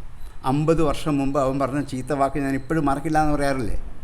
50 വർഷം മുമ്പ് എന്നെ വിളിച്ച വാക്കാണ് ഞാൻ ഇപ്പോഴും മറന്നിട്ടില്ല. ഈ വിഷ്ണു സഹസ്രനാമം അതൊക്കെ എപ്പോഴേ മറന്നുപോയി. ഇതാണ് മനുഷ്യൻ്റെ സ്വരൂപം എന്ന് തിരിച്ചറിഞ്ഞിട്ട് ഇത് നിങ്ങൾ കളഞ്ഞോളൂ, ഒരു വിരോധമില്ല, ഇന്നിവിടെ കളഞ്ഞിട്ട് പൊക്കോളൂ. പക്ഷേ എന്ത് ചെയ്യണം? നാളെ വീണ്ടും കിട്ടണം, നാളെ വീണ്ടും കിട്ടണം. നിരന്തരമായ ഈ ശ്രവണം കൊണ്ട് ഈ അവബോധം ഉള്ളിൽ ഉറപ്പിച്ച് ജീവിതം ആനന്ദകരമാക്കി മാറ്റണം. സുദുഃഖങ്ങളുടെ പുറകെ ഓടി നടക്കരുത്. അത് വേണമെന്നും വേണ്ടെന്ന് വിചാരിച്ചാലും വന്നു പോയിക്കൊണ്ടിരിക്കും. സുഖം വേണമെന്ന് വിചാരിച്ചാൽ വരണമെന്നില്ല, ദുഃഖം വേണമെന്ന് വിചാരിച്ചാൽ വരണമെന്നില്ല, രണ്ടും വന്നു പോകും. നമുക്ക് രണ്ടുമല്ല വേണ്ടത്, ആനന്ദാനുഭൂതിയാണ്. ഇതാണ് ഭാഗവതം നൽകുന്ന മഹനീയമായ ജീവിത ദർശനം. അത് ഉൾക്കൊണ്ട് ജീവിക്കാൻ ഇവിടെയുള്ള സജ്ജനങ്ങൾക്ക് കഴിയട്ടെ എന്ന് പ്രാർത്ഥിച്ചുകൊണ്ട് ഇത്രയും സമയം ക്ഷമയോടെ എൻ്റെ ചെറിയ വാക്കുകൾ കേട്ടിരുന്ന എല്ലാ സജ്ജനങ്ങളുടെയും നന്ദി അറിയിക്കുന്നു. ഇങ്ങനെ കർമ്മത്തിന് എന്നെ പ്രചോദിപ്പിച്ചത് എൻ്റെ തന്നെ കുടുംബകാരണവരായ മത്സ്യനാണ്. മത്സ്യനോട് എത്ര നന്ദി പറഞ്ഞാലും അധികമാവില്ല, പറയേണ്ട ആവശ്യമില്ല. കാരണം ഞാൻ കൂടി അതിനകത്ത് ഉൾപ്പെടുന്ന ഒരു അംഗമാണ്. ഞങ്ങളുടെ കുടുംബത്തിൻ്റെ വലിയ പാരമ്പര്യമാണ്. ആ കുടുംബത്തിൽ നിന്ന് കിട്ടിയ ഏറ്റവും വലിയ ഭൂസ്വത്ത് എന്ന് പറയുന്നത് ഈ സമ്പത്താണ്. അത് ഞങ്ങൾ കൂടിയൊക്കെ മത്സ്യനോ എന്നോ ഇങ്ങനെ പലരും കൂടി അതിങ്ങനെ വളർന്ന് വന്നുകൊണ്ടേയിരിക്കും. അങ്ങനെ ഒരവസരം എനിക്കിവിടെ ഉണ്ടാക്കി തന്ന ആ മത്സ്യനോടും അവരുടെ അതിനുവേണ്ടി എന്തുമാത്രം കഷ്ടപ്പാട് സഹിക്കുന്ന അദ്ദേഹത്തിൻ്റെ മകന്, മരുമകൾ, പത്നി വരട്ടുണ്ട്. ഇവരൊക്കെ അനുഭവിക്കുന്ന വേദനകൾ ചില്ലറയല്ല.